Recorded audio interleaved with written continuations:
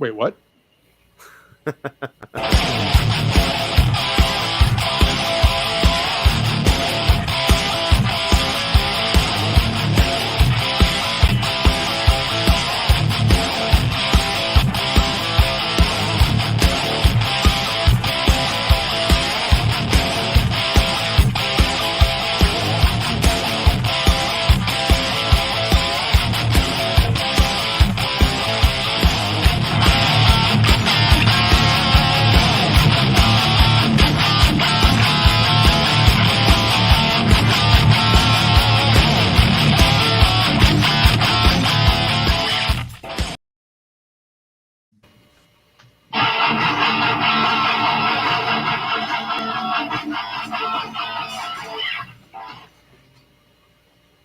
And already we have an echo. That's because Dane can't turn his speaker monitor off. Jesus Okay, let me Christ. turn my speakers down. Hey, fellas, can I come on? Yeah, sure. Why not? Do you know how this works? Nope.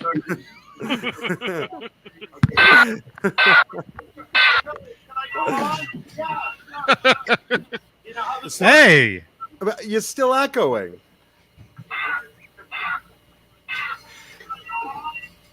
Are we good?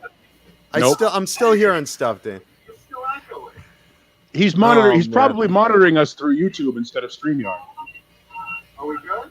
No, Dane, all your stuff is I'm on echoing. StreamYard. He's monitoring. He's probably monitoring. hello. All right, Well- goodbye, everybody. It's okay. You're Sounds like definitely there's echoing. people here. It's not okay. It sounds like shit. Yeah, it Okay, sounds I'll leave and I'll horrible. come back. Like we didn't have enough problems getting on the air today. It's not okay. It sounds like shit. Leave a thumbs up for this, please. And then there were 3. No, Dane's coming right back on. Yeah, I probably had too many browsers open. Oh, That's- boy. that's- Too many what browsers. happens. I was about to say, Brazzers is open? That's what happens. Hey, everybody, this is Johnny Beane, John Mancuda, Neanderthal, Hi. talking guitars, Hey, and 80s are we? metal, live! live, and Dane Zimmerman. Everybody, this is Johnny Beane. Johnny Beane. Ah, Hey, are we good? Live. welcome to Tech Moron Tuesday. Do you have a browser? Is there a browser open? Extra? Are you watching Dane, this what on do your you have phone? open? What do Are we have on your open? phone? You have a browser? Is there a browser open? Dana's like a 16 speaker surround sound system. Dane, go to the browser that has YouTube open and mute that. Wow, it's like 20. Ah. It's like 2012 all of a sudden. It's like we're starting Oh the show my all over God. again. Here we go. This is going to be awesome. yeah. Is it Another, add another Yes. one to the legacy of despair. I'm excited. I'm Oh, excited. yeah. So, hey, leave a thumbs up, everybody. And if this is your first time here, please subscribe to the channel. We talk about guitars, 80s rock, 80s guitars, Van Halen, though? We're not All talking of about that Van stuff. Halen. whatever. No, you Whatever. talk about Van Halen. Yeah, Fridays. Fridays. Every day. Well, Every day. We're gonna touch on the Van Halen family today. Okay. It's on the agenda. Okay.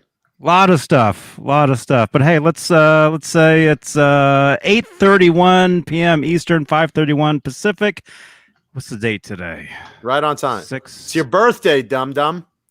Dum 15? Hello, dum dum. Hello, Six- dum dum.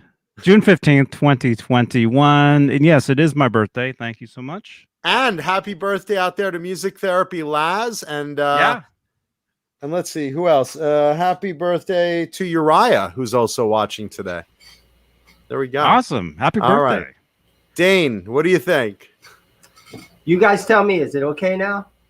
Yes. Yeah. I think All it right. was maybe Rock on, brother. Yeah. I think it was Facebook. Oh, yeah. Oh, yeah. That reminds Zuckerberg!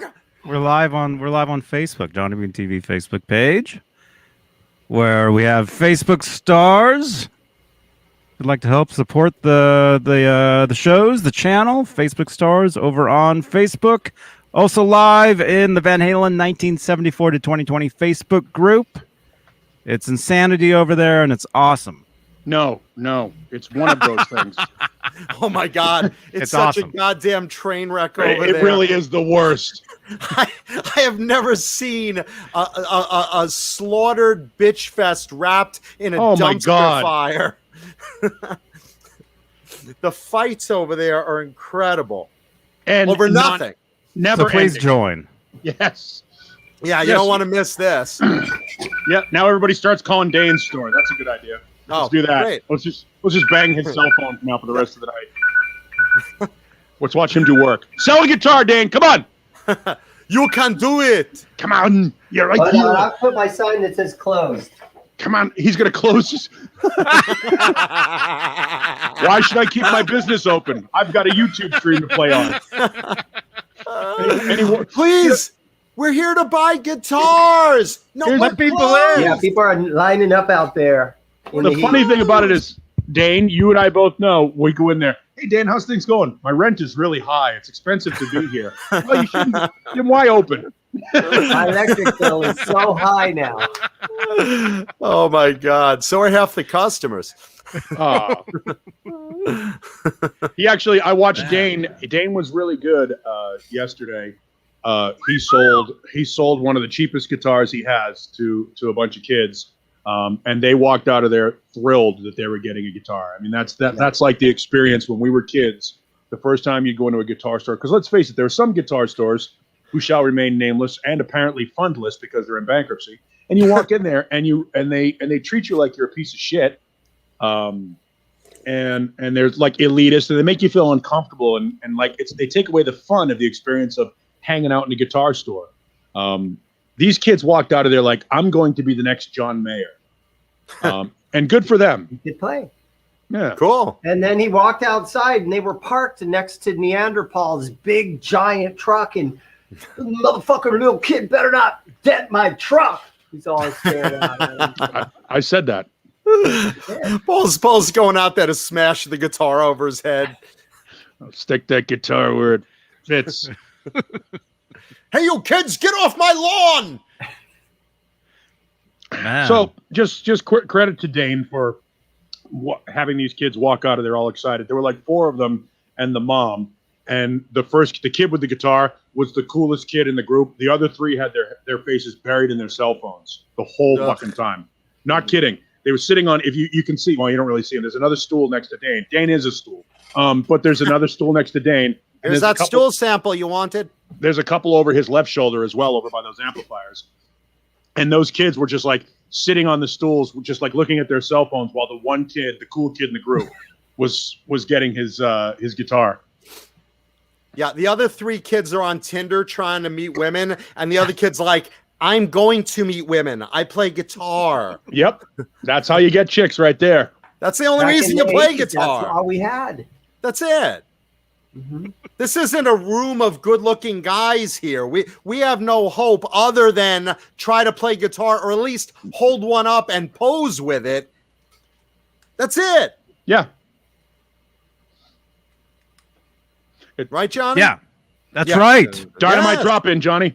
That's Yes. right. Let's say hello to our executive producers tonight. Dane, can you read that? Can you see that? No, I don't got my glasses on. Just Oh, like no, an Dane. eye Oh, test no. right Look, Dane, if you're going to be part of the show, Steve Carmichael. there you go. Well done.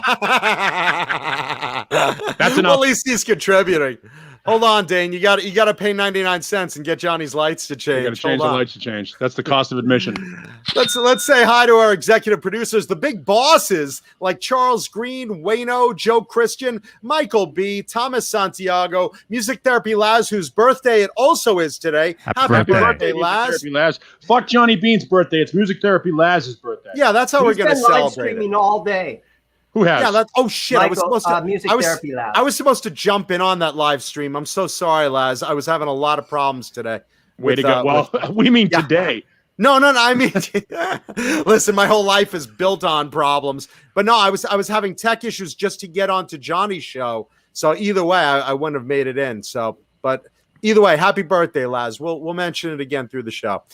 Ben Tom, the Chad, James Gum, David Shea Gomery, Linny Lou, and my little sex kitten in a wheelchair, Mary, Michael, the Captain Smith, Randy Price, Stephen Franklin, Dan Halen, Crazy Cook 678, John Moronic, Jimmy Ray Hawkins, Mike Neese, all together now, and Steve Carmichael. Hey, Johnny, why are you deep throating that microphone, man? Steve Carmichael. The Tracy Lords of YouTube. Steve Carmichael. Those are the executive producers. Can make a record to the show. The top tier Wow. of channel membership here on Can we YouTube. change his name to Steve Bukaki Carmichael? What? Steve Bukaki, Michael. If you'd like to become a channel member, click that join button right below the 4 thumbs downs. Thank you. Yes, if you want to be a channel member and enjoy this level of entertainment regularly in your life. Yeah, this is like the hell of Channel 13 during their their channel membership drive. Yes, it's like PBS, except you're paying to get us off the air. Exactly. Also, listen to us as a podcast, which Johnny just took off the air. Jesus Christ. We can't even do plugs here. Listen to us as a podcast on the Johnny Beane channel, iHeartRadio, SoundCloud, Stitcher, Spotify, Apple Music, I think also has us, right? All those guys. Google Podcast. We're Apple. everywhere. We're everywhere. We're the darlings of iHeartRadio. That's what they call us. Is that what they call us? They actually do. They sure do. They actually don't call us at all. Yeah, they call us to cease and desist. They tell us to stop lawyers. mentioning them. Would you please stop mentioning them? Yeah, and if you want to feed Johnny some more money he doesn't need that none of us get a part of, go to Change Johnny's Lights with a super chat. A super chat, and Johnny's lights around his guitars will change colors for the delightful entertainment of you simple to please masses. If you're false flag, this will be changing 7 or 8 times, and it'll cost you $300 tonight. Wait a second, Johnny, is that a fresh battery in there? No, that's the only sound that actually works on this thing. Oh my God. Believe it or not. Shocking. Boy, of all the sounds that could work. It's the most important one out of the whole thing. Yeah, the only batteries Johnny took that money to buy was for that vibrating anal plug. Wait, what? Which is shaped like the birthday hat on my head today. And on Blue Rhino's head today. That's not even anywhere near as good a birthday greeting as last year's. I remember last year's birthday card. That was special. Yeah, and of course, Facebook got a good lawyer letter for Johnny about that birthday message I gave Johnny. By the way, did you guys hear about Roger Waters? So Roger Waters, Roger Waters, and we played the audio today. We had to edit it, but Roger Waters was at like some sort of a press conference last week, and it's like, so I've got a missive from Mark Zuckerberg, who wants to use one of my songs, Another Brick in the Wall, for to use as a marketing tool for Instagram. And the crowd starts laughing a little. He goes, and he offered me an obscene, huge amount of money. And my answer was, fuck you. No fucking way. I didn't see that. Yeah, it's awesome. I did. It's hilarious. It was I think it was the same press conference where he was bad-mouthing David Gilmour. Shocker. That narrows it down to every press conference since 1982. Yeah, shocker. You said it. It was funny, though. Very funny. And my answer was, fuck you. We isolated that so we can use that for things like, hey, you going to go skydiving today? Fuck you. So basically, because he just doesn't want to deal with all that, or what's his reasoning for not just taking the cash? Principle. Because principle. Well, first of all, on principle, assuming a guy who spent his career on CBS Records is anti-capitalist. Remember, Roger Waters was the original Rage Against the Machine, who railed against capitalism and multi-million-dollar media corporations while being signed to one of the most capitalistic multimedia corporations on the face of the goddamn earth. He's a malcontent, and he doesn't want his songs being used for that commercial endeavor. So more power to him. Yes, look, the idea that you have control over your own music is a good thing. That's what you want. Yeah, and it's not like he needs the money. What's he gonna do with more money? I mean, the guy wrote Pink Floyd. Right. Come on. Yeah, that Dark Side of the Moon has been one of the top 200 best-selling albums for almost 50 years. So And yes, they're doing fine. Animals in the Wall were not slouches in the sales department. Wish You Were Here. Yeah, come on. The Final Cut, all those records, everything from Dark Side of the Moon forward from Pink Floyd has sold so much money. And even the stuff before that, even the early psychedelic stuff has sold quite a bit as well. But when you start talking about Dark Side of the Moon alone, I mean, Dark Side of the Moon is enough for us, all four of us, to go get a hooker tonight. Oh. Well, and for Dane, it could be a woman this time.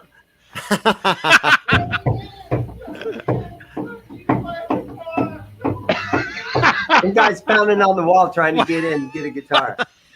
Is that someone like in the basement? Let me out, please. Is it someone we know, Dane? Yeah, it's Rock Daddy. He goes by Rock Daddy. Cock Daddy? Who's your daddy? Rock Daddy. Are you not going to let him in? No. Oh, Jesus. What if he's going to buy the most expensive guitar you have? What is the most expensive guitar you have right now? Let's see him. He's I waving. got an Ernie Ball, John Petrucci at JP6 over here. He's watching the show, waving money. Dane, I've got cash today, please. Yeah. He's got a good. Dane does have in that little. There's a guitar case, display case over there. If you look to Dane's left, that wooden frame there on the edge of the wall. No, your other left. There you go, Dane. That guitar case over there. He's got a beautiful Charvel Warren D. Martini Mexican version of the Warren D. Martini snakeskin. You guys want to see guitars already? Yes. Which one are you giving Johnny for his birthday, Dane? It's called Talking Guitars. Hello to Mully in the chat. We haven't seen Mully in a while. Mully. Let's say hi to everyone in the chat while we're Mully, here. I saw your call come in, but it was blowing my ears out. And Mully's in Japan right now, where I got a fantastic guitar this week. Finally, someone was blowing Johnny. Let's say Mully, hi to. I'll check it out, man. I'll check it out. Let's say hi first to all the people in the chat. Let's say hi to Kai Matthews, Mike Johnson, David Nedsballs, KXM Rock, R2R3 Locking Nut. There they are. Nightbot, my girl Sandra Picorni.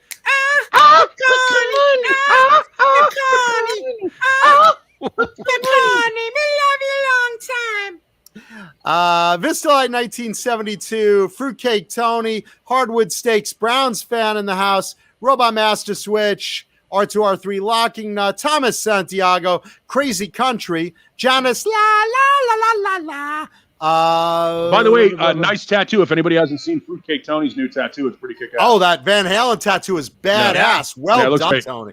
Well Nice job, done, Tony. man. Awesome. That came out great. Ken Codor in the house. All Dave, all night in the house. Linny, Lou, and Mary in the house. Let's see who else. Cameron Brown in the house. Hey, man. False Flag. We're going to cost you a lot of money today. Let's see. Brian Spalding. Jeff T. Let's see. Rando in the house. Mr. Hellstorm 74 in the house. Wayno, Mike Neese, Old Man Dan, Music Therapy Laz, birthday boy. Happy birthday. Let's see. Who else? Happy birthday. Who else? Neanderthal Radio in the house. Hi. Oh, let him in. Let's like Dane's customers. Let them in. Fun fact, just in case anybody was wondering, it's now been 4 days, and I'm still cleaning up bottle caps from Saturday. Nice. Oh, dude, did you guys watch any of that? Oh my goodness. In 3 hours. David Shea Gormery, Rock Daddy. Let's see who else is in here. Charles Green in the house. Eduardo Marino Porto. Marino Porto. Perhaps Eduardo. Mike Johnson. Joshua Britton in the house. Mike and Kat Mansfield in the house. Majestic PB&J. Kat. Why are you putting that guitar away? We're just reading off the names. You're almost done. No, that's fine. You're almost on. You're almost on, man. It's almost your moment. David Your shared. one moment. Would it be great if we saw that Warren fucking fall? Jesus raised me. Looks like that scene in Ford Fairlane where the Strat hits the ground. I had a guitar fall a couple of days ago. Oh, well, we'll talk about that after. Let's see. This. Jesus carpeted? rapes me. Who else? Tobin 1, Craven Soda. I don't see Gary Bucknall this week. Everybody.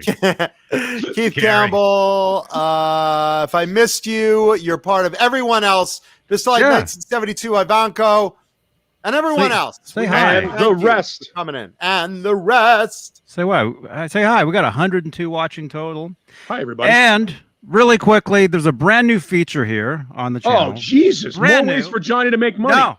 Well, this is cool. You believe this this? is very cool. Oh, wow. I can't highly wait for doubt this that. one. Yeah. I can't wait for this one. Okay. Yep. You That's can one now of the 3 great lies. Is it in yet? Johnny's got a mouse he drops in a maze every time you put a and then another if you contribute $5, a marble drops down a little chute and swirls around a pipe. all This is day, all cool. night. This is cool, said nobody ever. Thank you. All day, all night. all night.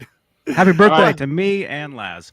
Go ahead, Johnny. Let's get this new. Make the show cool. Let's go. Brand new Johnny. feature. Brand new I've been waiting feature. for this for years. Here it comes. Somebody has to try this because Nope. I've been working on this for a long time. Okay, Dane. Trying to figure out how to do this. Hold my beer. Get an erection? Oh, that's easy. Okay. No. You can create GIFs from these shows. Okay. All you got to do is go to Giphy. Go to Giphy.com, create an account. It's really easy to do. And then put in the link to any of these shows and create a GIF of any part of any of these programs. Wait a minute. You don't have the right to use my likeness. Yeah, really. Johnny, you know I'm a union actor, right? What's going on here? Well, I'm then not okay, even supposed to be here. just do them of me and Dane. That's We have the Sad Ace Dane gift? I didn't even know that We Dane could. approved that. Did could. Dane even know Dane about that? Dane's been on the show once and he's already being exploited for Johnny's benefit. But no, this is cool. This is cool because these GIFs, once they're created, they can be used anywhere. Facebook, Twitter, That's what I'm afraid of. anywhere. Yeah. Oh, boy. So all you got to do is go to Giphy, Hey, create drop. a show, drop in the link of any of these videos, and use hashtag JohnnyBeanTV. There you go. Hi, buddy. Yeah. So you could get me drilling my nose and wiping it on. Yeah, anything. Anything you see here. Yeah. Anything you see. dropped his snot on me.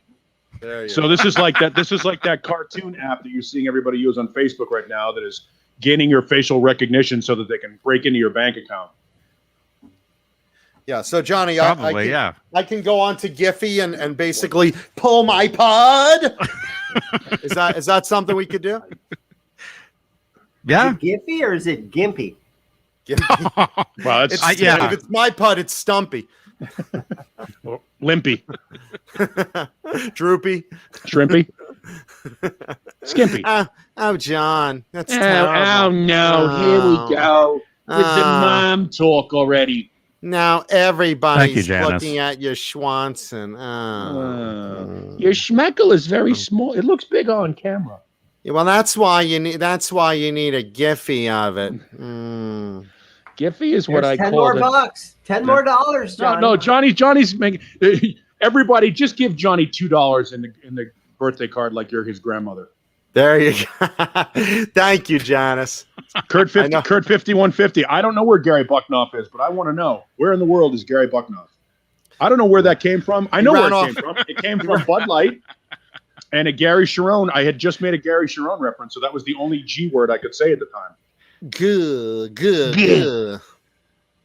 By the way, for those, someone mentioned in the chat earlier, my T-shirt this week is Mr. Owl. Ooh. A 1, a 2, a 3. Ah! A 3. Let's Not to be put confused with let's Woodsy put it- Owl. Yeah, let's How put a many pin. licks Let's does put it a pin in. Let's put a pin in David Crosby's Grundle on the count of 3. Oh, A 1, a 2. No, don't do it. 3. 3. 3. 3. There you go.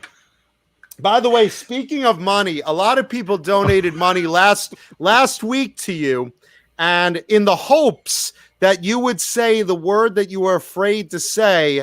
Do you remember what that word was, Johnny? Yeah, and I said it. You said it in the last second of the show, but a lot of people had left. So just to make sure everyone had heard it, I recorded a special version of your birthday, of your happy birthday song for you. So I'm going to sing it right now. Okay, here we go. Happy birthday to, no, let's change that. Happy Penis. to you. Happy Penis. to you. Happy, Penis. dear Johnny. Happy Penis. to you. There you go. So, So it's a little out of key. let's try it again. Happy, happy You wanted to be here, Dane. Penis. Yep. to Yeah. you. Closed the shop a half hour I am early. for having this a meeting. blast. Happy Penis. to you. Mhm. Happy, Penis. dear Johnny. Peanuts. Happy Penis. to you. There you That's go. kind of weird. You have that on your phone. Yeah. Oh, listen, Why is it weird when he does it, but not when John Biel tapes the entire show and puts up a soundboard? There you go. I mean, that guy really should be investigated by the FBI. Wasn't that Roscoe P. Coltrane's deputy penis? Yes. Anus penis. Get them two boys. Yeah. So he's chasing Daisy Duke. Yeah, who wouldn't Well, be? who wasn't? Yeah. We were all chasing Daisy Dukes in the 80s. Yeah, the Pen 15 Club. So there you go, Johnny. For those that missed Johnny saying penis, now you have it in spades. There you Wow, go. that's so weird. And yet fun. And you know what's Yeah. really funny? For those that missed it, Johnny said it at the moment of the show that David Crosby's face came on. That's the moment of the show Johnny said it was. So I guess that triggered him. Every Nice. time you see David Crosby, you think of that. There's a gift for Giffy. There you go. There you go. Shut up, Dane. Dane, there's a question for you, man. How much is that Charvel? We have customers. I'm gonna say It's not on for the high sale. side, it's about $1,200. Yeah, false flag. If you don't want to give Johnny money today, you can buy that guitar instead No. for the same price. No, you really can't. It's close. We could probably have everybody in the chat throw money together to buy a guitar for Johnny. Oh, there you go. Oh, There Again, you go. man. Can I pick one off the wall back there? nope. Depends how much you raise. Yeah. It's the Johnny Bean birthday telethon. Can we We're get a like- we're tour? Going like a disco. Johnny, Dane, if you could- give him shitty guitar day. Find the shittiest guitar you have and give it to Johnny for, and have everybody pay for the shipping because you won't. This is shit and tell guitar day. Find the shittiest guitar you have and offer it up to Johnny. Can we seriously do a tour of your shop, Here you though, go, man? Johnny. Here's the best guitar I got for you. Oh, that's great. Oh, wow. Is that an Eco? I would say, yeah, it's something like that. Yeah. Old Japanese jobby. Yeah, I know those guitars, man. The neck is like as thick as the body. Yeah. And and it- it- and You don't want this thing. And Those it's, are and it's awesome. and it's warped like my mind. they actually, I think they call those tulips, actually, because of That's- the shape of the body. It's like a vagina. Yeah. That's I have a what's better than guitar that roses. is- I have a guitar that's the complete opposite of what Johnny would love to have. Okay. Let's see it. That's the one. Johnny, give me your credit card over the air. Oh, this is the ugliest guitar in Dane's shop. This is absolutely the biggest piece of shit guitar in his shop. Is it like a This thing is plunge? disgusting. Is it like a plunger with strings? That's the ugliest guitar I've ever seen. Look at that thing. What the fuck is going on with that? Wow, you can floss your taint with that thing. You know, some that Warlord. Yeah, some stupid God. asshole, some stupid asshole death metal punk shithead kid will buy that. What thing. is that? A J? J. Tercer. Oh, that's like a Piece of shit is the word you're looking for. what's that brand? The J. J. Tercer. Tercer? There was another brand, not Washburn. Can you open a bottle with it, Dane? It's awful. Yeah, That thing is it kind of awful. looks like it has a little bottle opener thing on the very end there. Well, By the that's way, what I it's- think- that's what it's for. I think Zach Wilde Ouch. owns the trademark to Warlord now for one of his ugly guitars. How much is that one, Dane? In case Four someone watching. hundred and $50. How much would you give me to get rid of that guitar? $449. That thing is gross. So if you're interested in that, Wow. Dane has that for sale. Oh, where'd the camera go? Look at those There it is. inlays. Whoa. Yep, that's mother of toilet seat. It's like a bad dream. It is. Yeah, that's. I mean, Dane's got some cool guitars in that shop. That's Dane not has a one lot of of them. cool guitars. No, that is not one of them. That thing is fucking disgusting. And I say that as one of Dane's best customers. By the way, if any of you want to go to Dane's shop, Dane's shop is It's not located- open. It's not open right now, but if you want to go there over the week and check out his inventory, Dane, what's your address there? At, My Zim's address Guitars? is 1305 West Guadalupe in Mesa, Arizona. Yeah. And you get to see Dane has a lot of cool stuff in there. Got some great that's his stuff in new there. store. Check it out. There's a lot of hidden treasures in there. It's like, and it's funny too because it's the kind of stuff that you walk in and go, "Holy shit! I can't believe you have this." Weird shit comes through. Yeah, Especially he gets that. weird stuff all the time that comes through his store. Awesome. Janice Lala tells a great story. She says, seriously, I was looking at earrings in a store and the saleswoman named all the earrings was reluctant to sell me the ones I wanted. She said goodbye to them with a kiss. That's what Dane does with a guitar. I don't really want to sell this. I sometimes I play them for a few minutes and I kind of say goodbye to them. So it's funny. I watched a kid walk into his store. This is probably 2 weeks ago, and Dane has Keep a going. BC Keep going. Yes. He has a BC Rich hanging on the wall behind him, and the guy goes, "Hey, how much for that guitar?" And Dane goes, "It's not for sale." Wait a minute.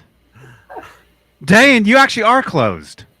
Yes. Didn't you hear I someone closed at banging 6 on the o'clock. door? I 6 just o'clock. closed 50 minutes ago. So he actually is closed for real. He is now. Yeah, I At just the looked moment. him up. I just At looked the him up moment. here.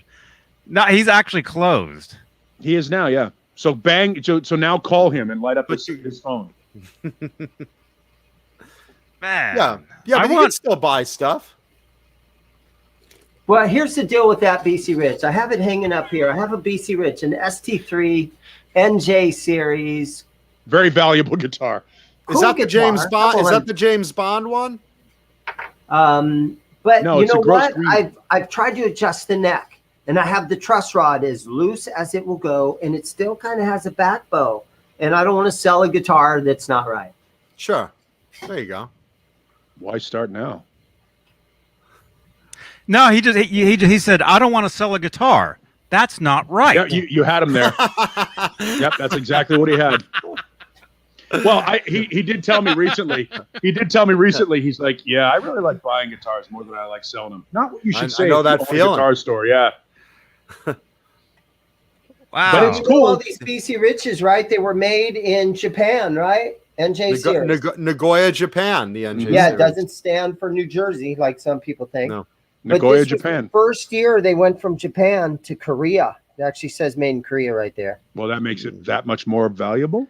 No, it doesn't. No, it But does not. again, I've loosened the truss rod as much as it will go. And the nut basically is coming off the end. And you get a little bit of... Well, it's in the fingers, Dane.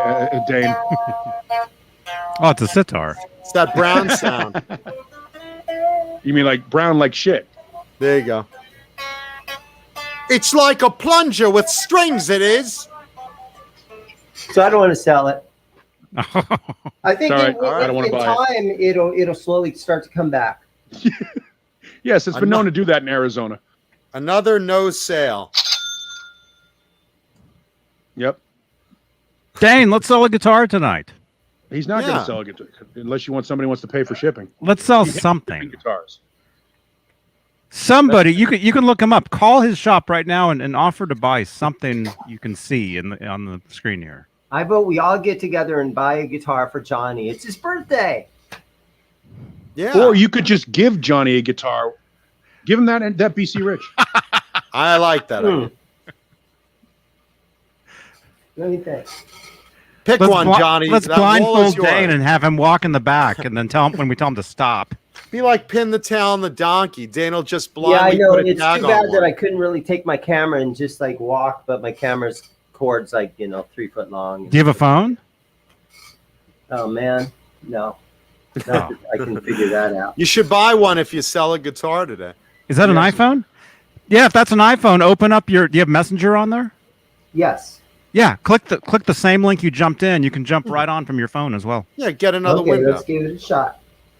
Can't Drive 55. Zim does not have the EVH Frankie relic anymore. He traded it for like 6 other guitars. Ah, that's the one I want for my birthday, Dane. Sandra Picorni says Ricky Too late. Starr would like that New Jersey series bitch. Shouldn't they call it an NK now? Nagoya, Korea. Yeah. Not Japanese. I don't know what's an N area of Korea. North. Should we call it an SK? Seoul, Korea, SK series. This is electrifying Do content. you have a fish right here. tank in there? I know, it does sound No. like there's a fish tank. It does. Sounds like a respirator for fish. Have a little fan running. You are a little fan running. Zim's guitars and fish. We got Let's- groupers here. We got groupers.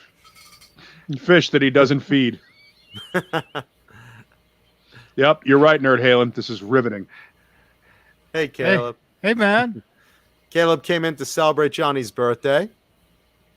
This like can't. What? Can't do I it. don't know. I have to sign Oh. in a bunch of shit and all that. What do you got there? What Hey, does that Dwight. say? Keith Campbell and Dwight Bailey in the house. Welcome, everybody, to Johnny's birthday today. We're trying to pick him out a gift at Zim's Guitars. I have something. Thank you. Anything You're right, on- Keith Campbell. I should be drinking right now. Anything under $40 is sky's the limit. Do you you notice- remember? Do you remember Saturday? Yes. You guys, again, as I said during the show, you guys thought I was way more fucked up than I was. Yeah. See, look at that. Well, That's the face of a happy guy. Look at him. He's smiling anus to anus. He's holding like 18 bottles. I think there's like 7 in that trip. Yeah, Keith Campbell's right. Johnny needs a battery for his effects box. I think I'm right. Count them up. 1, 2, 3, 4, 5, 6, 7. Yeah. It looks bad. like about 7. Yeah. Yeah. I don't remember the date of the Jim Beane show. The Jim Beane show was fun too. The Jim Beam show was. I remember that one. Yeah, that one was great up until the last like 6 minutes, and then they started using visual effects, trying to do visual effects, and I'm like, "Fuck this, I'm out." Yeah, up I'm not until gonna your have to get eyes sued. rolled in the back of your head. Yep, That I was did it. well. Other than identifying Gary Bucknoff, I was good. Gary Bucknoff. Who the fuck is Gary Bucknoff? Bucknoff. Okay, Johnny, I have a gift for you. But only Oh. if you need this. Okay. Is it a battery? You're gonna give him that D-tuner, you cocksucker! You fucking took the D-tuner Oh, off my listen, fucking this is axis, going you to Johnny jerk! Beane. Well, isn't that the one you wanted? It's the one he took off my fucking axis when he. No, it's not. Oh, dickhead! No, you took the one off my axis, and I think you No, put it I on. did not. Yes, you did. You took I it off know. my wait. axis You told and me you that put it guitar on. doesn't need that. Wait, No, did it Paul doesn't touch actually. that? No, Oh, yeah. Paul's never touched this. Yes, I Oh, did. good. Awesome. Then awesome. I know where it came from. It came from a little box in the back of his shop last week.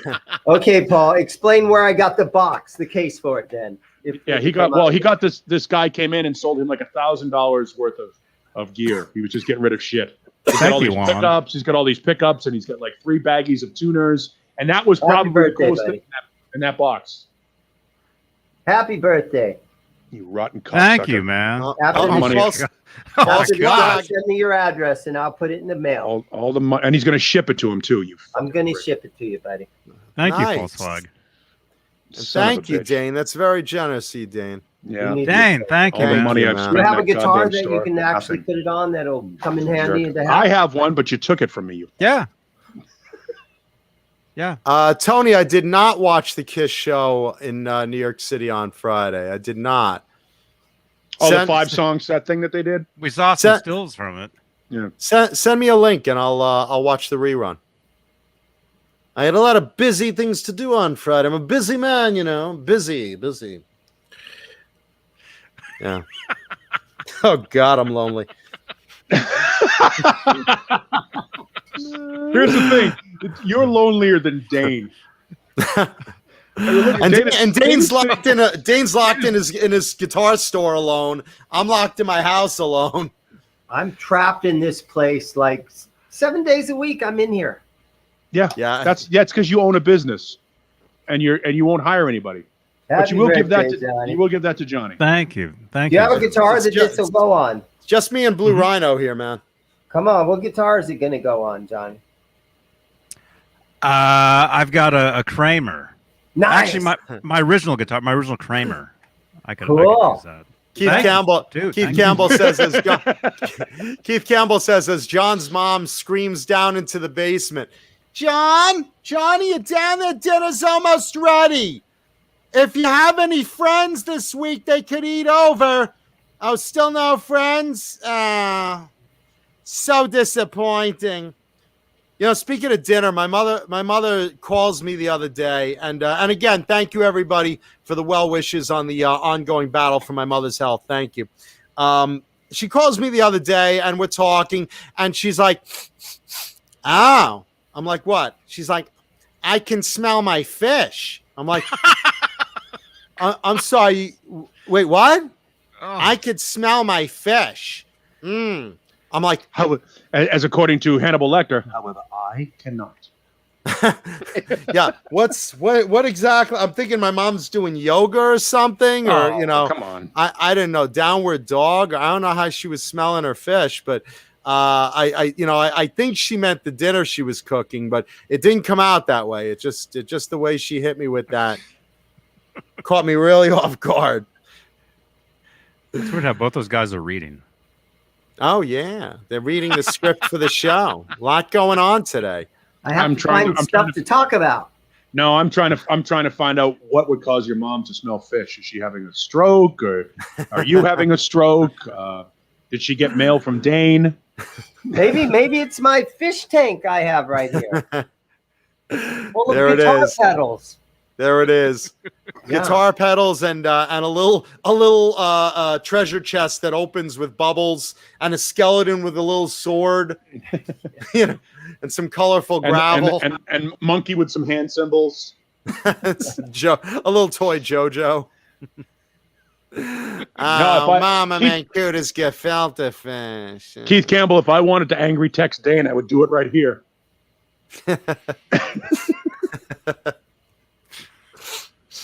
The funny thing about it is, Dane and I see each other like 3 or 4 times a week. I stop by the store, fuck with him. Usually every Monday after I go to chiropractor because it's on my way home.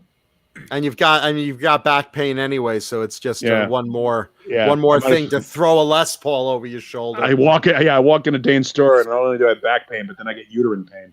Give me a 13-pound Norlin.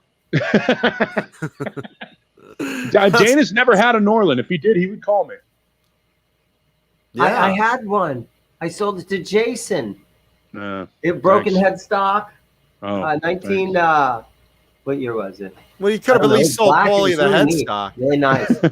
Yeah, I did. It had a broken headstock, but I got a guy in town, and we do repairs, and I got a really. By the way, I have a headstock job guitar that I got from Dane. and it was well done. The headstock repair was perfect. The guitar is perfectly intonated. I've never had any issues with it whatsoever. It's, they always say after a Les Paul headstock job, that area of the headstock is stronger than the rest of the guitar. That's true. And they're right. They're absolutely right. The glue is fantastic if it's done right. A headstock repair on a Les Paul makes the guitar actually stronger, which is the weirdest thing ever. Especially since everyone bitches if there's a volute on the back of the headstock. Like, I don't want that. That looks ugly. Meanwhile, the headstock's just snapping off like Twizzlers. Jeez. By the way, speaking of Arizona, you guys were you have what, 114 degree heat today? It was. It's supposed to be 117 before the end of the day. Get off, buddy. Yeah, I saw you have like 117 and 118 in places through the week.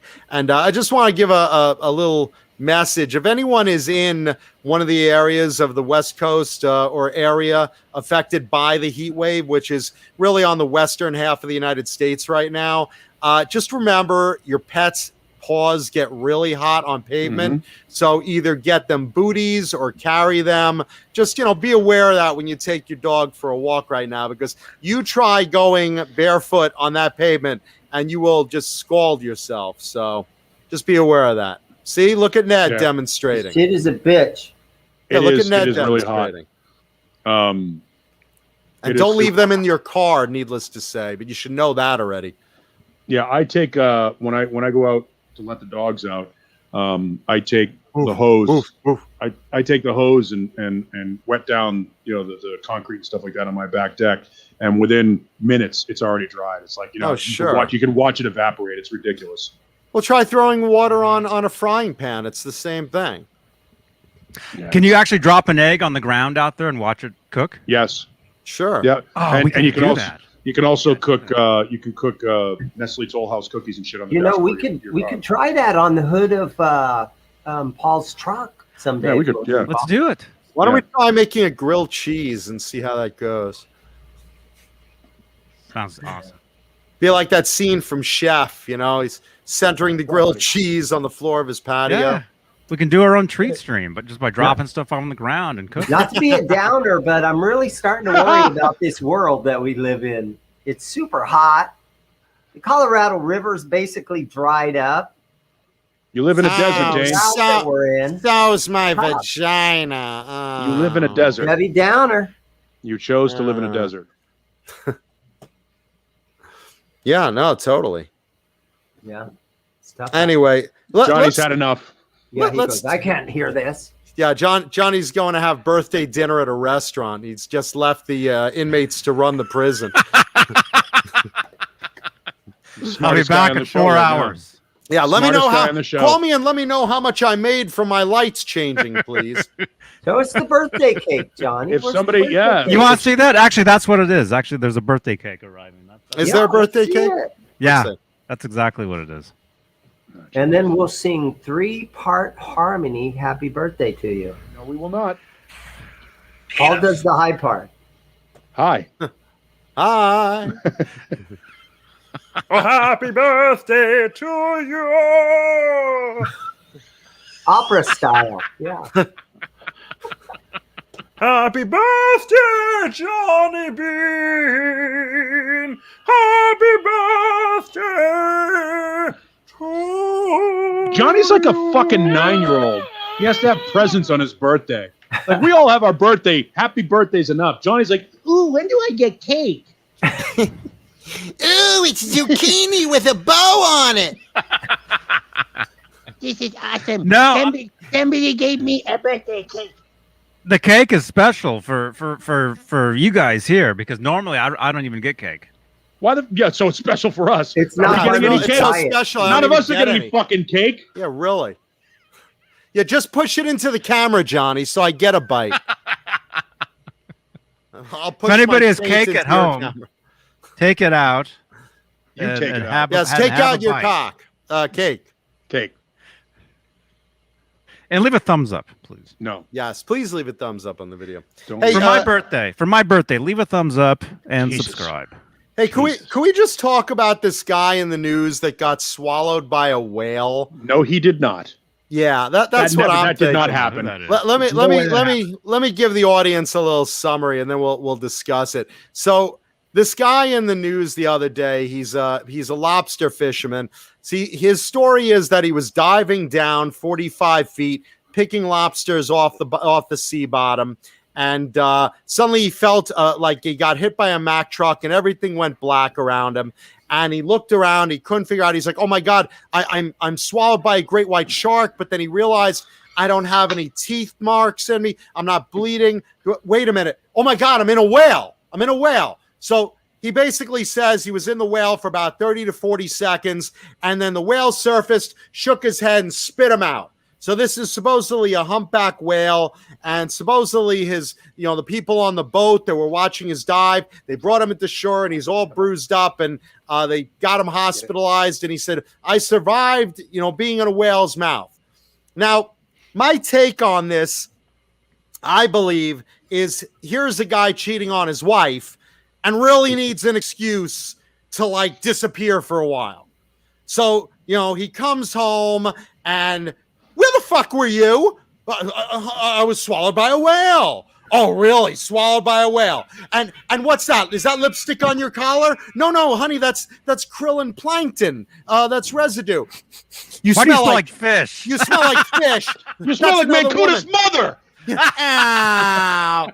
No, 50 honey, pounds of whale sperm. Yeah, that's from being inside a whale's mouth. And why do I smell woman's perfume? Oh, well, women's perfume is made from whale vomit. That's why that happened. And I don't know. I don't believe you. I'm telling you, honey, just like the last time I was swallowed by a whale, you didn't believe me then.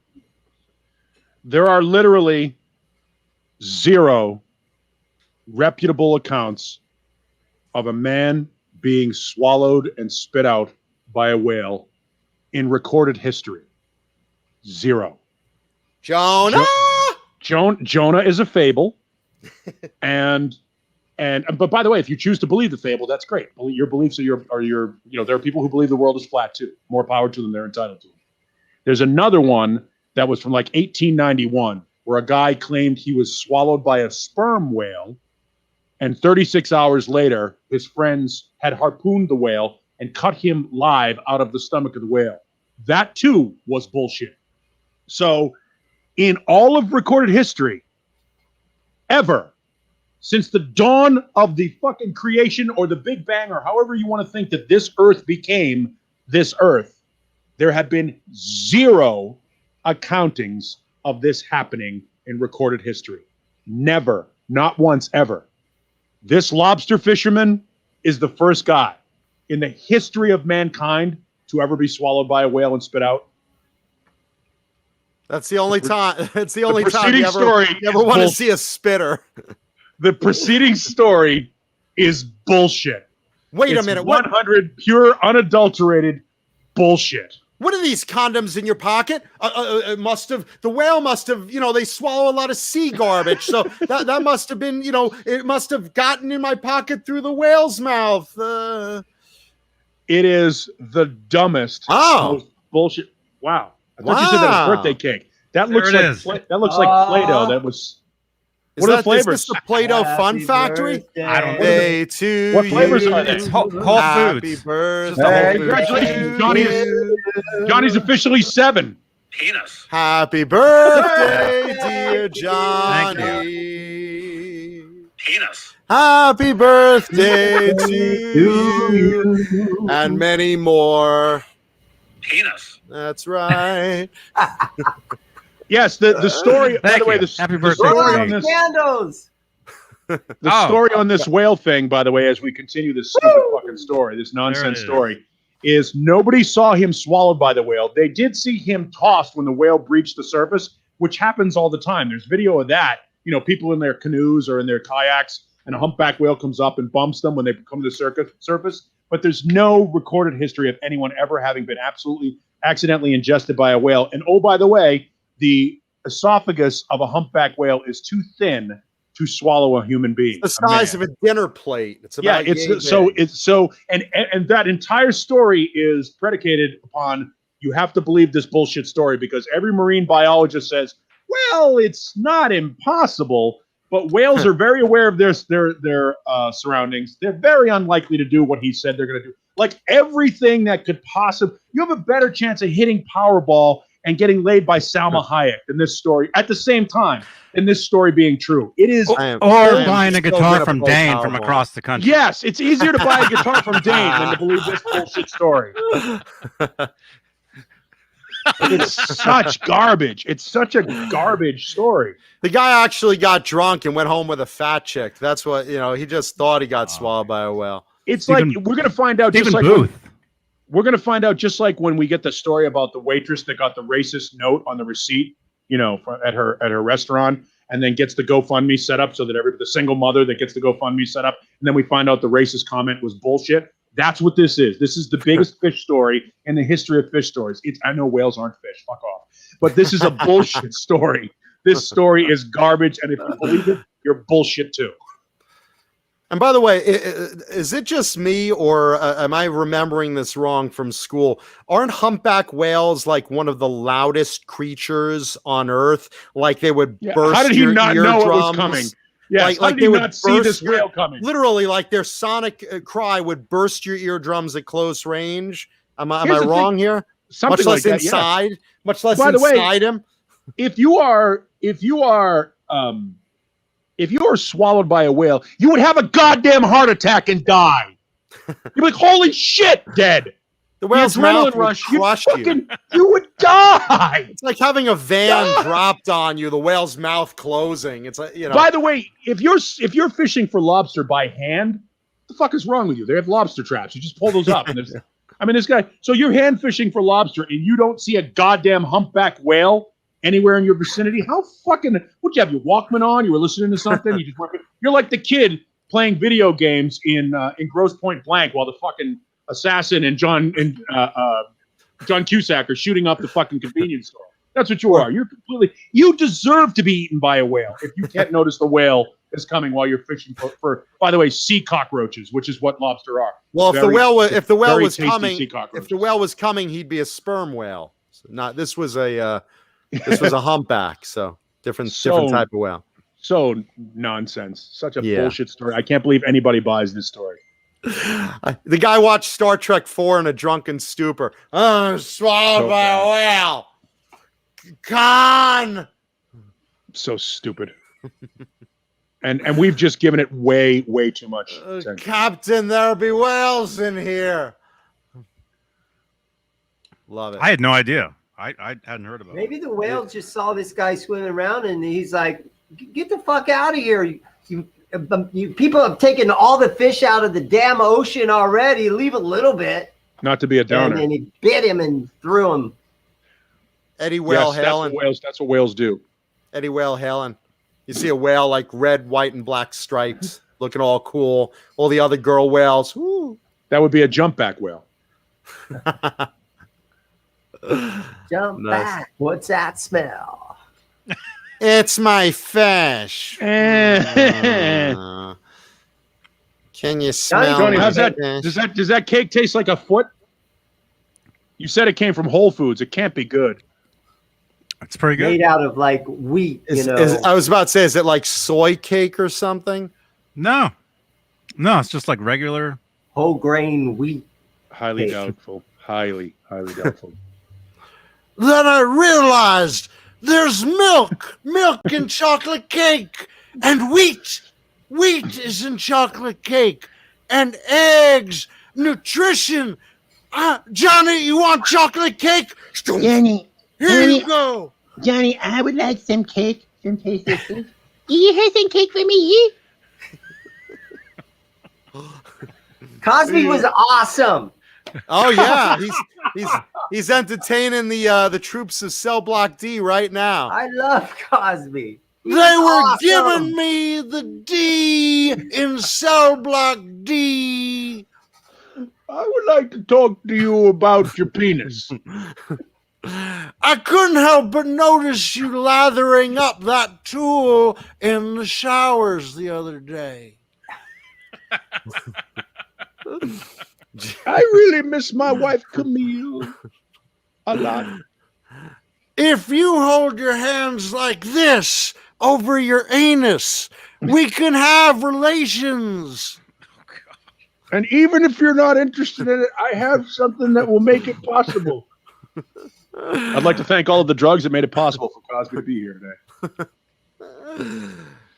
Never has one guy been like, that's the longest fall from grace, I think, in the history of entertainment. Like, of all the people, you would sit back and go, oh, who's a rapist? Cosby? Dr. Cliff Huxtable, America's father, is a rapist. Who? I mean, like, try to find that would be like finding out Dick Van Patten. It's like giving handies in a fucking alley in West Hollywood. Like, how is it possible that Bill Cosby is like? Let me get this straight. Corey Feldman's not a rapist. Bill Cosby is. Marty, we've got to get back to the future. Bill Cosby's a rapist. Dude, That's Doc. That was Doc Brown Eye. Is what that was. Both you know what? Corys. I would have had it laid anytime they wanted. I would have had an easier time believing the story of a man being swallowed by a humpback whale than figuring Cosby would be a rapist. So I'm there in the ocean, lying there. Suddenly, my wife starts nagging me and pointing and yelling. I say, I'm going out here so I don't have to hear you. And then I'm swallowed by a whale. The nice whale callback, was Craven Soda. I did get a great handy. 40 nice cubits by 80 cubits by 30 cubits. Right. So weird. Oh, love it. Do the dentist one. Remember that one? When he was in the dentist. We're taking Cosby comedy requests now? My lip is on my lap. Do you see this? Yeah. Love Cosby. Well, used to love Cosby. Yeah, can't say that now. Yeah. I love that he's in jail. Hey, you know what's interesting though? Speaking of rapists, every time I hear a Michael Jackson song, I'm still kind of like, I kind of like this song. I know he's a shitbag as a human being, but I kind of like this song. I do like the song. And listen, as long as you're not a minor near him, you're allowed to like his music. That's the thing. It's like, I'm just like, And can you really use that excuse? My penis tonight. Can you really use that excuse as an adult? Oh, well, I never really had a good childhood. They made me go to work every day and all that. Is that a good excuse for doing that? You know, I never had a childhood, so I hang out with children. And we were hanging out together at a NAMLA membership. And last thing I knew, he said he wanted to take a shower with me. I didn't say it to him. What's going on? Talking about 80s metal. Yeah. Yeah, let's touch on music while we're talking. Let's see. We've hit Cosby as a rapist, Michael Jackson as a pedophile, some guy inside a whale's anus. Yeah, and my mother's vagina. Let's talk about Wolfgang Van Halen's new album, because I finally had a chance to hear the whole thing.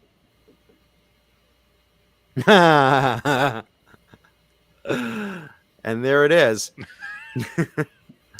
You know, it's interesting. Is he going to be he's opening for Guns N' Roses coming up, right? Is that what the tour is? Yes. When I saw him with Van Halen, it just seemed like, and of course he was in Phoenix playing and it was super hot outside, but he didn't really engage the audience. He didn't act like he was happy to be there. He was just playing it cool. I thought he had fun when I saw him. That jumps around and talks to the crowd and tells a joke, and he's not David Lee Roth. You have to realize. No, I know, he wasn't the front man. Are you going to hear even a "Hey, how you guys doing tonight"? Are you going to hear? He looked like. By the way, let me ask you a question, Dane. Okay. How many times in the history that you saw Van Halen did Michael Anthony walk up to the microphone and do that? I have old recordings of him doing stuff like that. Provided that San Bernardino show. I think it was him because it's super high voice. I have early recordings of him yelling into the mic and doing stuff. No, you do not. I saw them in 2015 out here in Cali, and Wolfie looked like he was having fun. I mean, he's not the frontman. He wasn't Dave. He's still not going to be the frontman. When you go to see Wolfgang Van Halen or Mammoth WVH, let's make this straight. Announce the band as what it is. When you go to see Mammoth WVH, it's going to be like going to a Foo Fighters show. Dave Grohl is not a charismatic, magnetic frontman. He is an amazing songwriter. He's a good singer. He's a decent guitar player. But Mammoth WVH is going to be a lot like being at a Foo Fighters or an Alter Bridge show where it's just going to be 45 minutes of decent songs. It's not, if you're expecting a show, I don't believe you're going to see a show. It's not about a show. It's about, and by the way, that's how music is today. There are no shows anymore. There are bands who get on stage. Haven't seen it yet. We haven't seen the first show. Some of the old school bands are, Kiss still puts on a hell of a show. Yeah, but no, I'm talking about, this is a new band that has nothing to do with it's not for us. Right. This is for people this is a band for people who like Shinedown, for people who like Muse, for people who like Imagine Dragons. I like Muse. This is not a band that is for us. I have diverse interests, and I listened to the whole thing finally. I love the album. I think it's a really, really, really top-notch album. I found standout songs that I really enjoyed and were listening to over and over. I think it's a really great album. Now, the trick is, a lot of people are saying, and they're criticizing him on Twitter, and they're bullying him, which I'm not a fan of, because the kid's been through a lot, and he's a classy kid. I say kid, he's an adult, but you know what I'm saying. He's not Eddie. Don't expect his solos to be Eddie or anything of Eddie. Okay, for a second in the Mr. Ed track, he does a little tapping, but that's not him. That's not his style. That's not what he was influenced by. His songs are good rock music, but they're not Eddie. He's not trying to be his father. He's trying to be Wolfgang.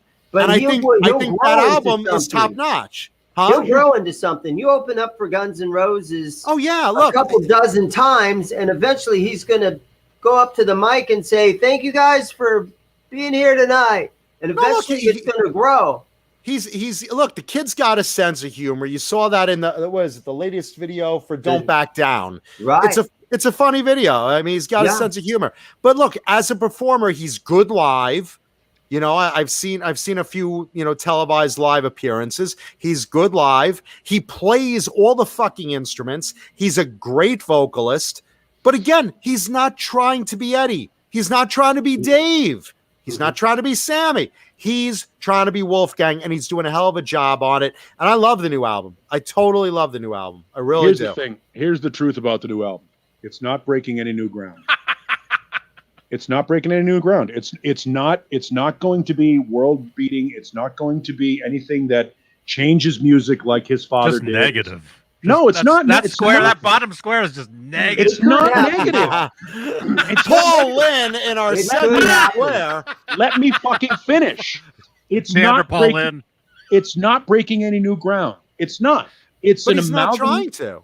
Right, exactly. It's an amalgamation of all of his influences, and they are the bands that I listed before. It's all of the good things that we like about all these things rolled into solid songwriting and a great performance, and that's what it is. That's exactly what it is. There's nothing wrong with that.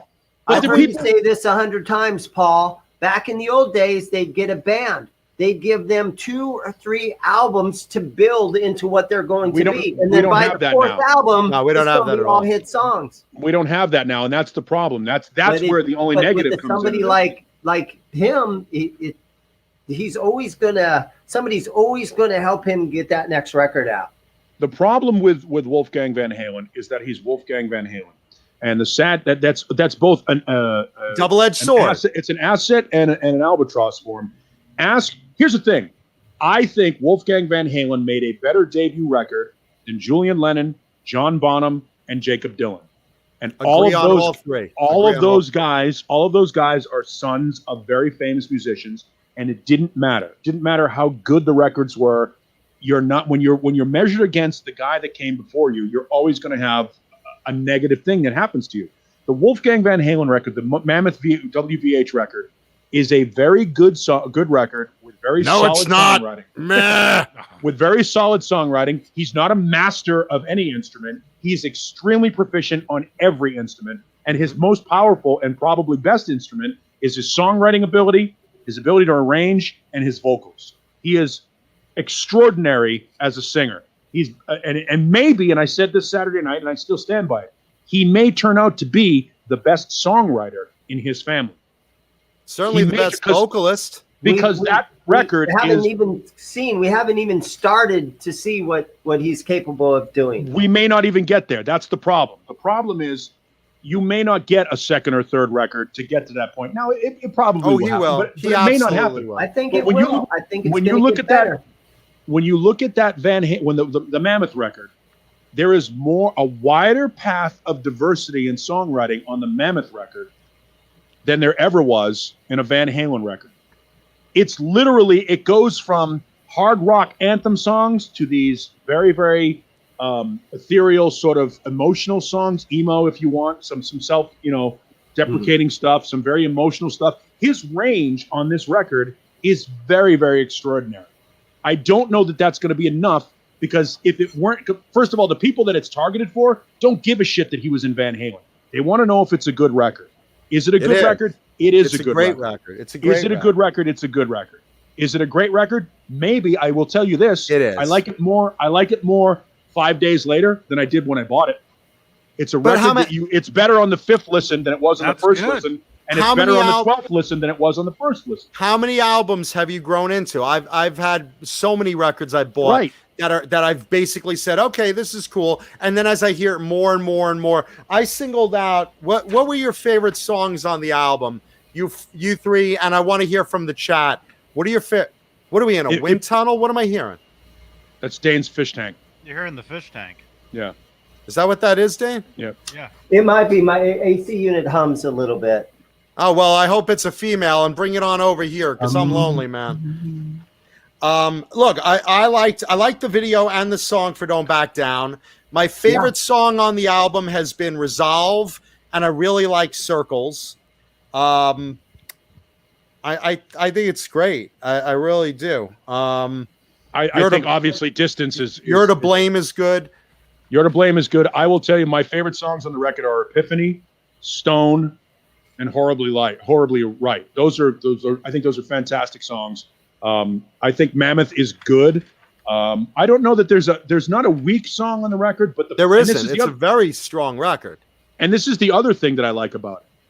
The flow of the record. I think that whoever sequenced the record, and I'm going to assume it was him and Basket together, but whoever sequenced the record made it a 12-song enjoyable listen. It's not something that you want to take one song here, one song there. Right. You start at the beginning and you go through it, and you do take a trip through the entire record. That's how I've been listening to it. Yeah, I've been listening to nothing but this record since I got it on Friday. And like I said, with every listen, it gets better. But Epiphany is fantastic. My God, as a singer, as somebody who sings, I listen to that vocal performance, and I listen to the melody lines and the way he arranged that song, and it's magnificent. And you know what else? The thing about his vocals, he's very emotional. Mm-hmm. And same with his playing. And that's one thing I really like about him that is coming through the album is he's really, really emotional about things, and he's passing it on. He's not just phoning it in. He's really feeling those words, and I'm seeing it. I'm hearing. Opening for Guns N' Roses. I mean, if I was in a band opening for Guns N' Roses, I'd be like, dude, I made it. He's already made it. He's the son of Van. He's the son of Van Halen. In front of millions of people, selling the merch, selling the CD. Already played in front of millions. It's only going to grow and grow and grow and grow. He was in Van Halen. Yes, he's already played in front of millions of people. Dane, you're one of you're the person. You're one of the four of us. You're the only one of the four of us that hasn't heard the record. You haven't heard it? I've watched the videos a few times. I've watched reaction videos to the videos. I've watched everything I've seen on YouTube. It's a fantastic record if you like music. If you're somebody that likes to dive into a record and digest a record, Most people who listen to music don't do that. Most people who listen to the radio and stuff don't do it the way we do. And I said this on Saturday night, and Johnny would I think he finally admitted to it, and that is we can't listen to the Wolfgang record or the Mammoth record with objective ears because we love Wolfgang and want him to do well. No, and we do. And this is the thing. He reformed Van Halen. Thank you, Keith Campbell. He absolutely did. As we talked about last week, there would have been no Van Halen, getting back together in tours without Eddie wanting to play with Wolfie on stage. That's the whole reason they got back on stage while Eddie was getting sick in the meantime. So we owe him that. Then he was a member of Van Halen. Okay, got seasoned on there, got to know him, and then he's doing his own thing. And again, he's the son of Van Halen. We want him to succeed. He lost his father. We feel bad for him. We're all rooting for him, and he comes out with a really solid product for us to back up. And he does everything right. I'm not going to say nepotism didn't get him that Guns N' Roses gig, because it absolutely did. Yeah, but name recognition, sure. But the fact is, we all want him to succeed, and he didn't come out with a piece of shit. He gave us something to work with that we could be like, hey, this is solid. And like you said, Paulie, I've been listening to it start to finish. I have my favorite tracks, but I haven't been picking them out and choosing. I haven't skipped a track ever. Every time I put it on, I listen to the whole thing. I never skip. I go through the whole record, and there are some songs that I like better than others, but there are no songs that I dislike. Right, same here.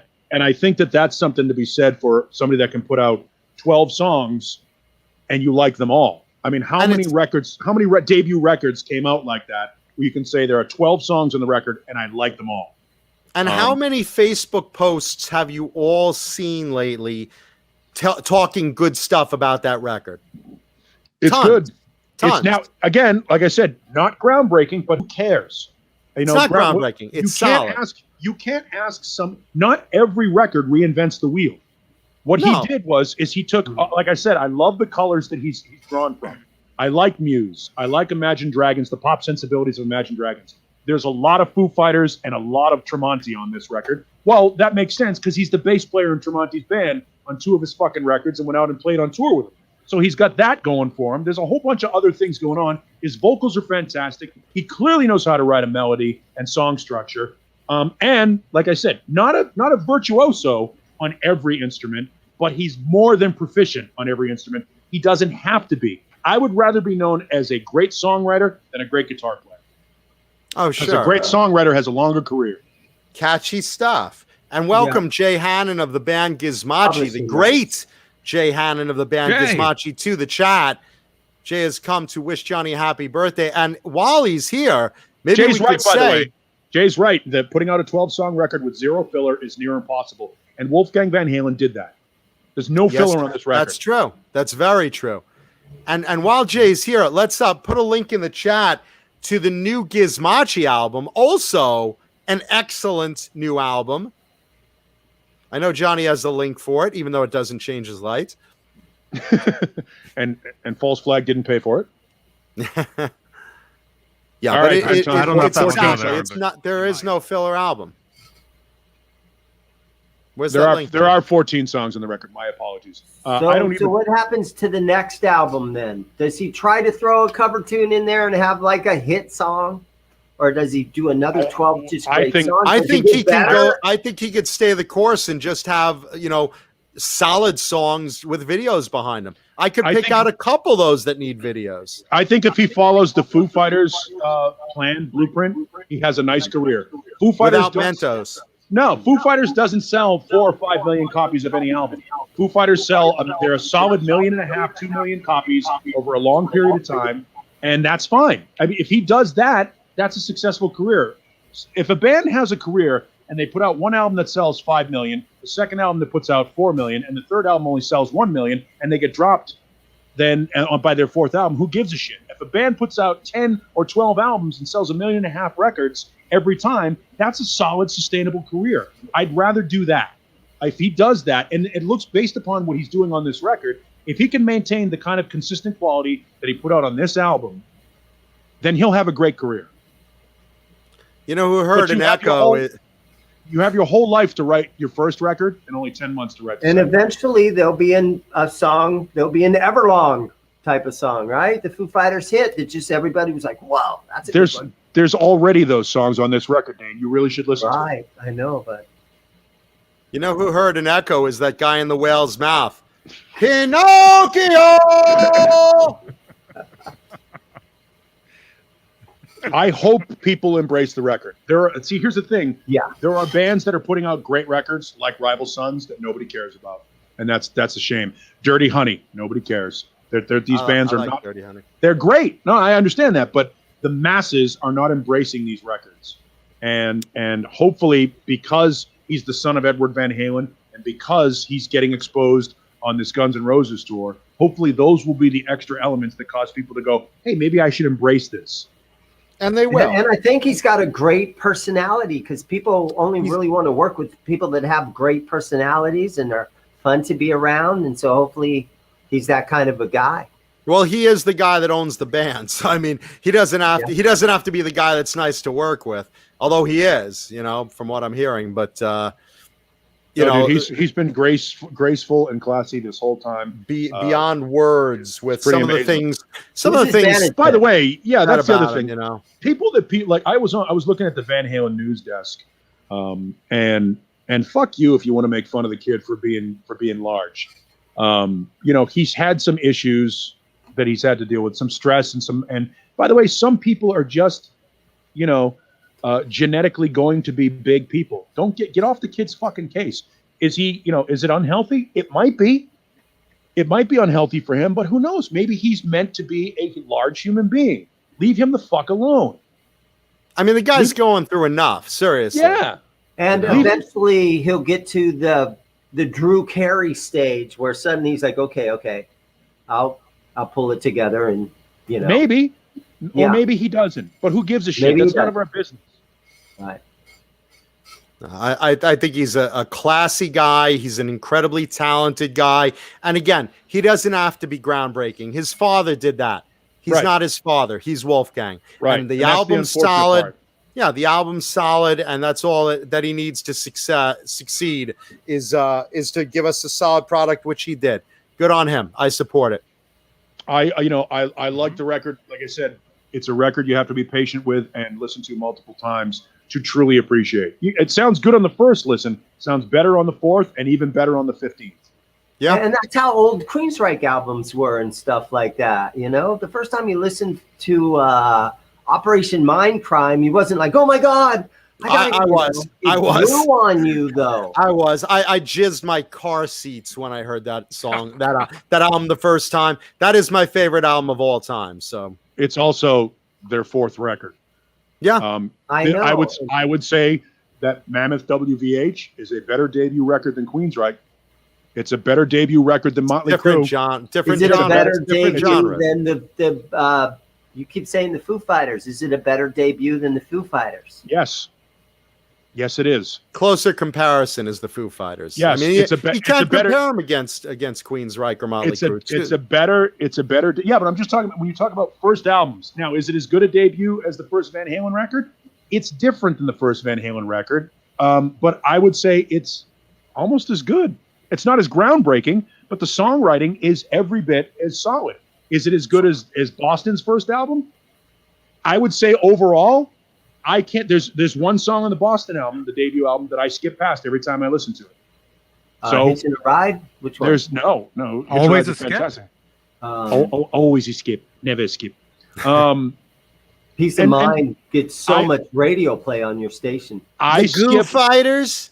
I skip Think About You on Appetite for Destruction all the time. So there are, when you start thinking about debut albums, you say to yourself, okay, there are great songs on this record. There isn't anything on it that I want to skip immediately that I dislike. So from a debut album standpoint, he's done a great job. And again, I don't see you being able to compare genres compare it to the first Van Halen or the first Guns N' Roses or the first Crew or whatever. But I'm just saying for his genre, it's a solid playthrough album that I think everyone should be really happy with. And from what I'm reading in reviews, they are. I mean, it's getting good reviews. Jay, you're right. 7/8, Jay Hannon saying, I would say the songs are pretty predictable as far as songwriting. Yeah, it's a safe formula because safe sells in 2021. Safe sells in 2021. He's not going to break any new ground. He's just going to write good. And for a debut record, yes, write something that causes people to say, wow, that's good enough that I want to hear more. Don't come out there. Nobody wants to come out with, a complete avant-garde, weird, left center debut album. You give the people what they want, which is safe, palatable, mainstream rock music that is hard, just like Journey. Journey albums are all safe. Every fucking Journey album is safe. Every Journey album is predictable. There isn't anything groundbreaking on a Journey album. There isn't anything groundbreaking on a Styx album. Those records, they put out fantastically crafted, perfectly well-written songs. And that's a good thing. Mm-hmm.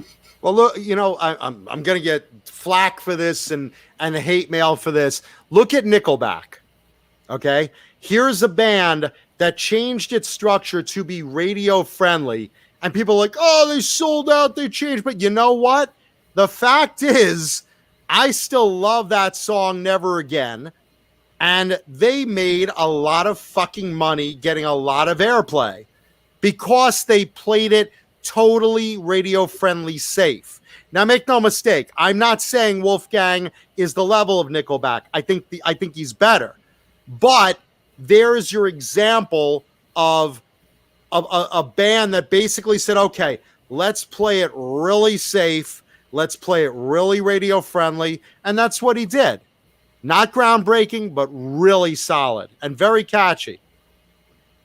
It's a good record. And we know Wolfie because of Van Halen. His new album, he had to pretty much change his whole genre of music. He didn't continue on with the same thing. He gave us something completely different. Yes, and Mr. Hellstorm is right. Now he has to take that new genre of music that he has, which we call it 90s music or whatever.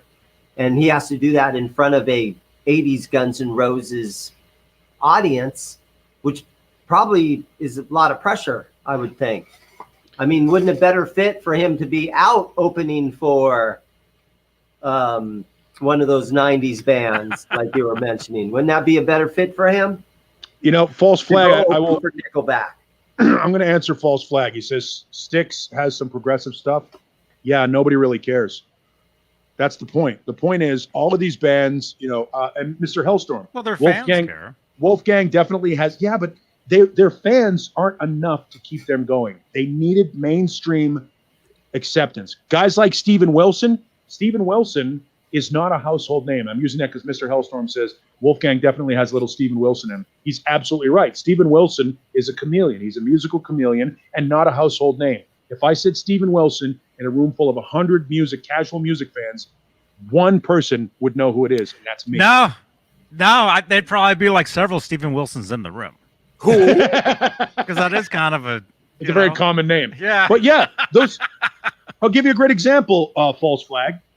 Goo Goo Dolls. Goo Goo Dolls started out as a hardcore band, right? What happened? Punk rock. Nobody cared. No one cared. And then they wrote Name. And suddenly it happened. Sugar Ray. Sugar Ray was a hard rock / metal band. Nobody cared until they wrote Fly. You have to have hits. This is the music business. It's a fucking business. This is no like restaurant. Yeah, ahead, no Brian, restaurant stays open selling food that nobody wants to eat. McDonald's isn't everywhere because it's amazing. McDonald's is everywhere because it's consistent. You get what you expect when you walk through the front door, and it's everywhere. And that's what you need to sell records in 2021. And I was starting to say, this is what I say about instrumental albums and instrumental songs. You're not going to succeed with those. You're just not. People need lyrics. They need lyrics to sing in their car. That's what sells albums. That's what sells downloads. As much as I love, Steve Vai and Joe Satriani and Tony McAlpine and, a lot of Yngwie's stuff, the fact is they're not going to get, headlining arenas like, Bon Jovi or whoever, pick your favorite band that is headlining arenas. Old Man Dan says, I'll go out on a limb and say Paul's more of a businessman and less of an artist. It's the music business. No, he's right. I agree. It's the music business. This is, if you want to be an artist, paint pictures and make songs and give them away for free. I don't know what you do, old man Dan, for a living, but I bet you don't do it for free. And I bet if it's a product or service that people don't want, you're out of business. That's what this is. I know, and don't get me wrong, it goes without saying, and this is the weirdest thing, I will drop the name. I was 20 years old when I interviewed... Dane, we're still on! Dane, come back! No, Dane, we're still on the air! Come back, quick! I was took off. 20 years old when I interviewed Gene Simmons. We're still live! In Not a 1988. green screen. And he laid it out. He's like, look, it goes without saying that nobody's holding a gun to your head to create the music that you create. It goes without saying that when you make the music that you create, you should have whatever integrity you want to have when you're creating your product, whatever it is. And music is absolutely an art form. But if you want to make a record that is art that expresses your individual creativity, you make Lulu. And nobody cares. But if you want a record that sells, you write Enter Sandman. Kenny, and I love Enter Sandman, but yeah, but that's my point. No, I'm with you. But Kenny Dave brings up a really good point. Most rich kids sit on their ass, not Wolfie. Right. He's right. Look, Wolfie inherited the keys to the castle. He's got the equipment business. He's got the music, rights coming in. The kids. Alex owns the music rights. Okay, but all of it? I believe he's in control of the catalog. Yes. But does Wolfie get residual checks from it somewhere? Well, the stuff that he's on, sure. Okay, all right. Yeah. But whatever that publishing is, I think that publishing goes to the individuals who own the publishing. Wolfgang might own a piece of that by through the estate, whatever the estate is. But Alex owns and controls the music library. Okay, and that's fair. But with that said, Wolfie was on the live album that hardly sold anything. And that's not true. Dome, and he was on Different Kind of Truth. How many copies of that is sold? Millions. Did it a couple million? Yes, it's platinum. Did they really? I didn't realize that. That. Platinum is 500,000 copies, isn't it? It's a million copies. Million copies. Yep. Gold is 500,000, right? Yep. So do you think Wolfie gets 20% of Wolfgang Van Halen? Wolfgang Van Halen's estimated worth before any of this is like $10 to $12 million already. Kid's not hurting. He's not hurting for business. Kid's not hurting. No, not from inheritance. Okay, from being in Van Halen. Yes. Okay.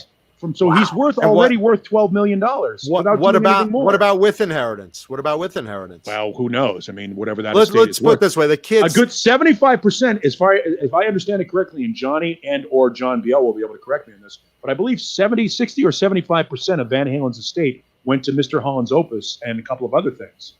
He did give a lot of his estate to philanthropic endeavors, which is outstanding. Well, there was plenty to go around. Sure. Wolfie's still a multimillionaire is the point. The kid's not hurting before his own stuff even started. So here you have what a lot of other kids would sit on their ass and spend their inheritance. And Wolfie's basically, following his dad's legacy, trying to make his legacy proud. And he's doing a great job. And he's fighting off haters left and right. I think it's going to grow. Every album's going to get a little bit better. Maybe have a hit song. Maybe get on some movie soundtracks and stuff like that. Or maybe he doesn't. Or maybe he makes this record and he decides he wants to do something else. Maybe he decides he wants to be Trent Reznor and be a producer. Or maybe he wants to do, Wolfgang Van Halen can do whatever the hell he wants. But when it's all said and done, he wanted to make a record. He wanted to play all the instruments on the record. He wanted to write all the music on the record. And he wanted to prove that he could do it all without having to rely on the coattails or ride the coattails of the most famous guitar player of our generation. And he did that. He's done. Absolutely. And imagine the list of musicians that wants to go to 5150 Studios and have Wolfie produce that record. Maybe. There's got to be dozens of bands. Is that right? All Dave, is it 25%? The percentage I might have off, I apologize. I may have the percentage of the Mr. Holland's Opus thing, but I know that a good portion of Eddie's estate did go to charity. Look, Eddie was a generous soul. He was always doing charity work and philanthropy. I mean, that's well known for Ed. But look, the kid's holding his own, and God bless him. And between this album showing his stuff and the Guns N' Roses tour, the kid's set. The kid's established. He can do whatever he wants, clearly. And I think he does it all money proficiently. Together so that Nerd Halen could go record at 5150 Studios. Have Wolfie set it all up, man. Wouldn't that be great? Yeah, but here's the thing. How do you know you would want Wolfie producing your album? Is Wolfie he didn't produce this record? He can own 5150 Studios now. He can have watched his dad or whatever, but he's not an established, proven producer.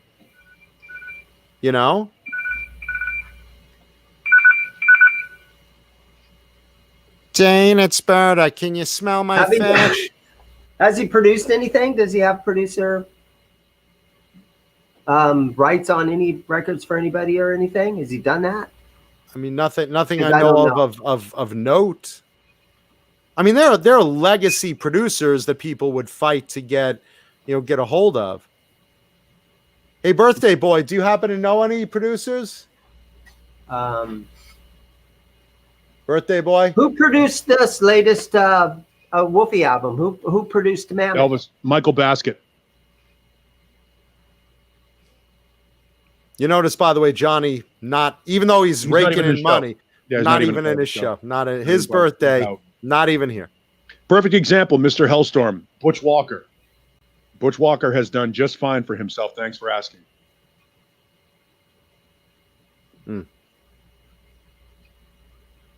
Well, look, I'll tie this. I'm just gonna put a bow on it because we're going in circles. At the end of the day, I wish Wolfie luck. Love the new album, and we'll see where it goes. We'll see where it goes from here. But look, he's got as much nepotism to give him an opening for us to listen to his stuff, and we did. And he's not just riding the coattails. He's putting it out. He's putting it on the ground. He made good for him. He made a good, solid record. Good for him. Speaking of the Van Halen family, we were watching the auctions that a bunch of stuff was sold, including one of Alex's main drum sets from the 1980 Invasion tour, and it was sold eventually for $230,000. It's pretty good. It was great. And, a couple of guitars were sold, not Eddie's, but, Artist Series and other guitars and stuff. But the eye-catching item from this auction that just finished at Julian's seemed to be Eddie Van Halen's driver's license. And for those of you that have watched the Van Halen 1974 to 2020 Facebook group, which I believe is the second largest Van Halen Facebook group out there that Johnny happens to be a part of, even though he's not here. No, he's not listening. Yeah, even though he's not here. I gotta run and let the dog out. Sorry, I'll be back. Go ahead. There seemed to be so much controversy over this driver's license. So many people fighting back and forth on this driver's license on that page. I was watching conversation after conversation after conversation, basically explaining, look, the family did not have a problem with selling the driver's license. Why should you? The driver's license, it was one of Eddie's old driver's license. It had his height at 5'10", which, look, I'm going to play devil's advocate here. If you're 5'8", which was Eddie's height, you just might fudge your height on your driver's license a little. You estimate your weight. They don't sit there measuring you and weighing you. You tell them, what's your height, what's your weight? You want to pump up 2 inches? That's what Eddie did. So there, okay. And then they said, well, wait a minute. That's an old photograph on his license. Yeah, because you know what? If you're Eddie Van Halen, you don't want to go into the goddamn DMV to renew your license and stand online with fans gathered around you and bothering you, and you're sitting waiting 2 hours to fill out paperwork. No, you just mail it in and they renew the photo. So yeah, it was his real driver's license. And for all the people that said it was fake, which it wasn't, It sold for $16,000 for his driver's license. So you can argue all you want, but at the end of the day, the money was going to the Mr. Holland's Opus Foundation, Eddie's favorite charity. And, some people are like, oh, that should go to Wolfgang. It's coming from the family. They don't want it. They cleared out a couple of pieces. They put it up and they said, let's do some good with it. Let's give it to charity. And there it went, $16,000. But the fact is, it was the real license. So please stop fighting on the Van Halen page and saying, oh, but it's fake because Eddie wasn't 5'10". Eddie wanted to be 5'10" on his license, so he put Plus, back 5'10". then, he used to wear them big platform shoes, so he probably was 5'10". Yeah, with There's always going to be platforms, fighting on Van Halen pages. That's I've never not- going to stop. I've never seen the fighting as bad as on that page. No matter how many times I'd explain it in the thread, there would be someone new. Totally fake. That's not Eddie's address. He didn't live on Sunset Boulevard. It's a business address that Van Halen uses for business stuff.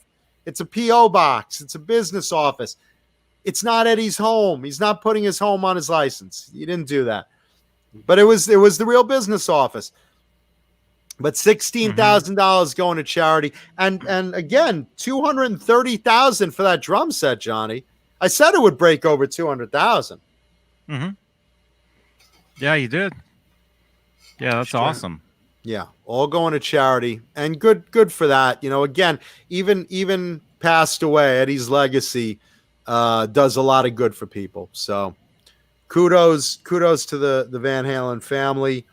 Once again, a little good done by Eddie, or a lot of good done by Eddie, actually. Let's see, what else did we want to talk about? Johnny, you can look this up. There is Alex Lifeson of Rush. I know you're a big Rush fan. On your birthday, this is the story for you. Alex Lifeson is signed with Gibson Epiphone to come out with a signature model guitar. So it is I saw that. Alex Lifeson Epiphone Les Paul Access. Now, if you guys have been following Gibson's line, the Access is the one with the Floyd Rose, which kind of blows my mind. I mean, it's Dane, do you carry those? You don't carry those, right? I don't carry nothing. There you go. That's my business, man. That's what I want to see. I don't carry nothing. Alex did use a Floyd Rose on everything. That thing will take up room in this guitar shop. What am I going to do if it fills up the walls? Yeah, I wouldn't want to have to sell it. Yeah, so there you go. See, there's some color photos. Let's see. You might have to click on the video to get to it at the end. But there's some color photos of it. It's basically it's a Gibson Epiphone, which is their import line. And it's the Access, which, again, have the Floyd Rose. I don't know. For me, even though they come in, like, my favorite colors, neon pink, neon green, and stuff like that, I can't get past the look of a Floyd Rose on a Les Paul. It just seems criminal to me, Yeah. Yeah. All Dave, all night, we said $230,000 for the drum set. All going to charity. So I can't get behind, and nothing against the Gibsons, I can't get behind a Floyd Rose on a Les Paul. It's just, it just seems sinful to me, and I understand for Alex, it's useful, and that's great. I've never been a fan of Floyd's on Les Pauls either, because of the set neck or whatever. To me, there's more. I know this sounds weird, but there's more play. There's more movement in a guitar with a bolt-on neck and a Floyd, and it just seems like that'd be too sterile and too. You know what I mean? Does that make any kind of sense? It does. I mean, look, for me, you're getting a Les Paul for a certain tone. You're getting a Les Paul for a certain tone. You're getting a Les Paul for a certain tone. You're paying a lot of dough for the Les Paul, a big piece of dough. No, but there's a certain playability and a certain tone that you're looking for when you buy a Les Paul. That's and right, Keith. It's not a guitar that really you use a Floyd on. That's a super strat thing. What you know? I mean, if you want, look, Eddie wanted the tone of a Les Paul, but he wanted the body of a Strat and a whammy bar. So he made the super Strat. He created the super Strat, but he didn't put in he didn't put the Floyd on the Les Paul. He took the Les Paul pickups and put it on a Strat body. There we go. Where's he going?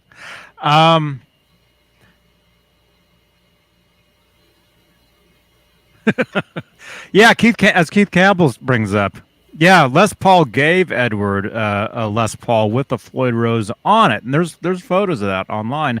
And Eddie had said in interviews he had wished that he'd never done that because he wanted it without it.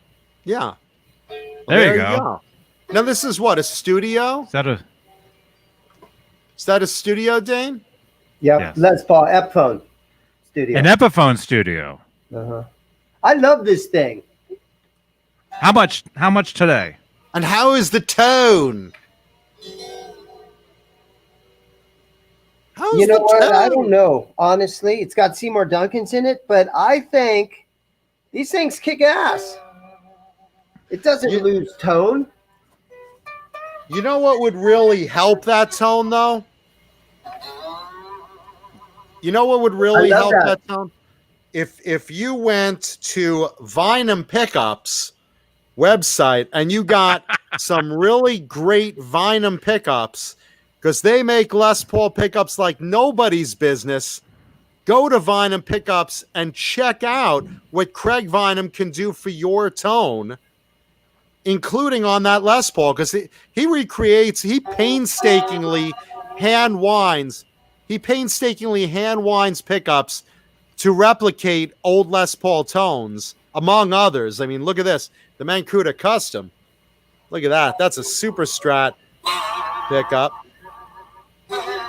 But that's what you should do, Dane, is go to Vinum Custom Pickups.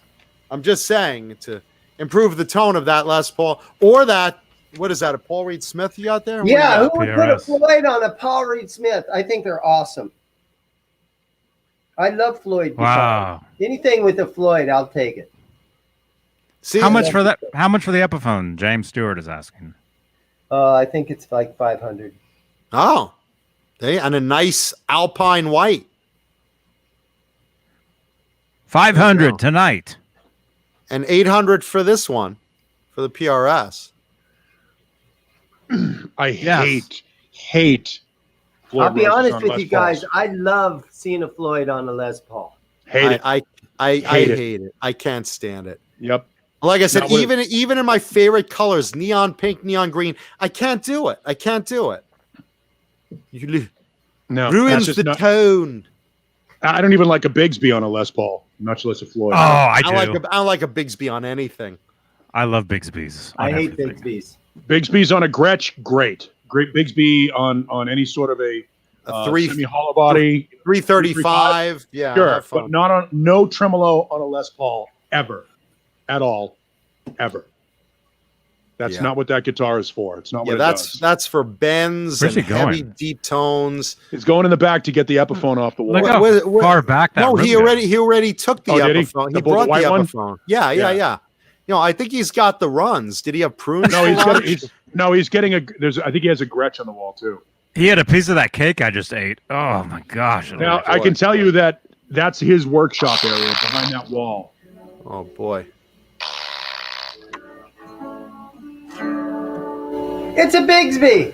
Yeah. Is that the one for Johnny's birthday? Oh man, that'd be a cool one. That's the one. This thing is a big brown turd, in my opinion. Oh, that is the one for Johnny's birthday. Give it to Johnny. That's if the it's one. Garbage, give it to Johnny.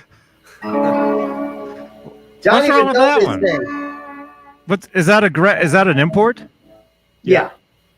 Nobody self-deprecates his merch like. I mean, the Dave. color. Whatever. What color You guys is can that? do whatever you want. It's funny What that col- headstock is exactly like the FGN headstock. Oh, Who knows? Shit. Who knows if it's made in it? Yeah, that's And now it's relict. Johnny. Isolate on this. Leave it Same thumbs headstock. up. Almost the exact same headstock as that Gretsch. Nice. FGN. Yeah, Fujigen. It's What's that mean? fucking. It's a fucking Les Paul. This is a great guitar, Johnny. Fujigen. Fujigen makes fucking sick guitars. Dane. Dane chooses the furthest thing from. Oh no, he's got Further- he's gonna grab like one of these. He's got this. Is he grabbing? What's the other He's direction? just grabbing a neck. Grabbing his nutsack.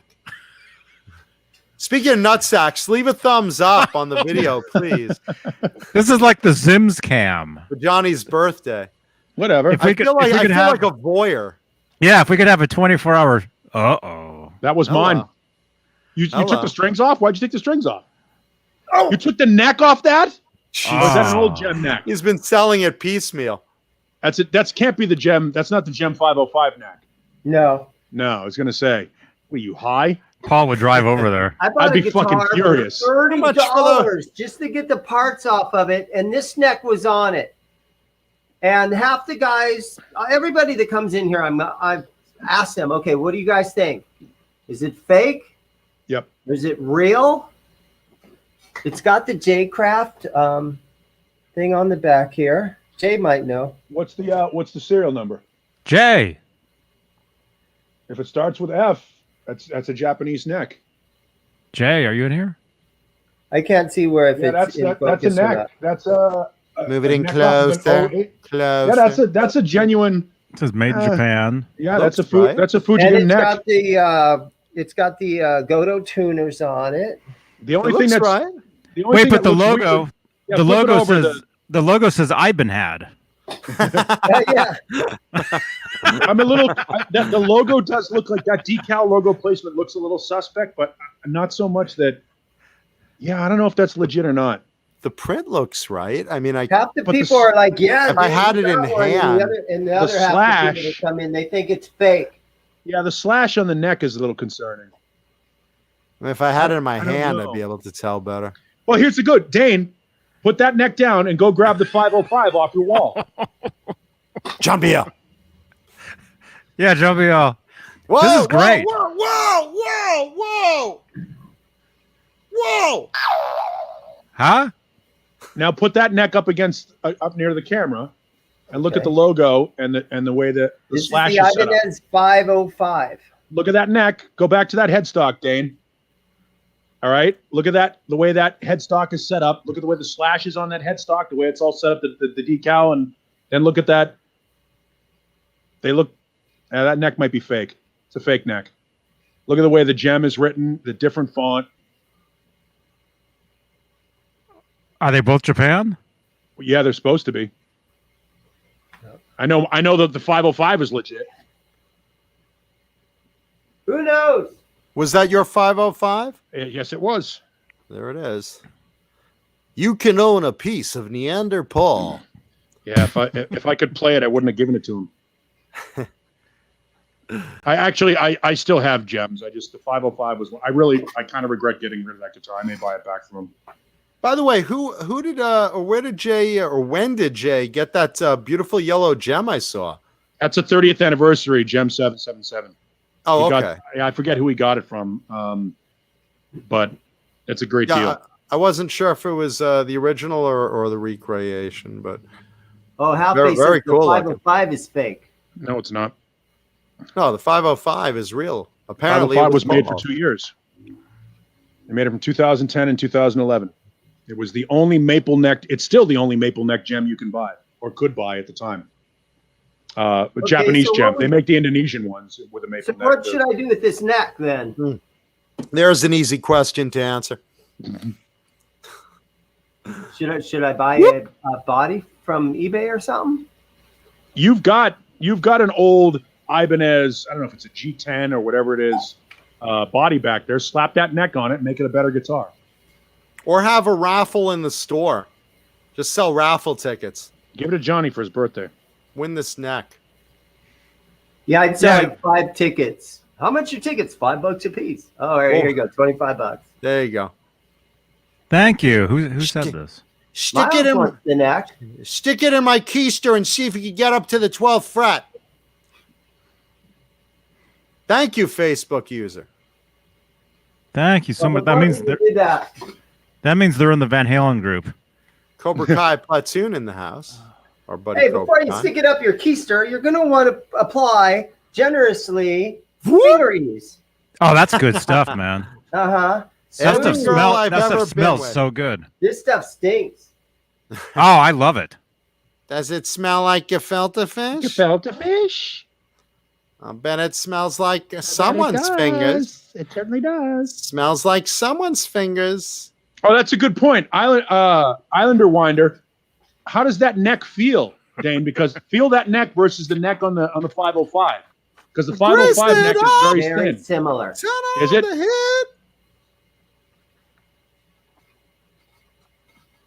Certain guys just love the idea of it's fake. I can tell you it's fake. Oh yeah.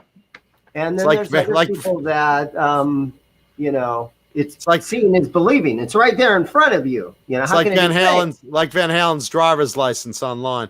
I know. Again with the Van Halen group. It's fake. It's fake. You know, you do realize that a guy would use their official business address as their driver's license to keep people from snooping around their fucking house.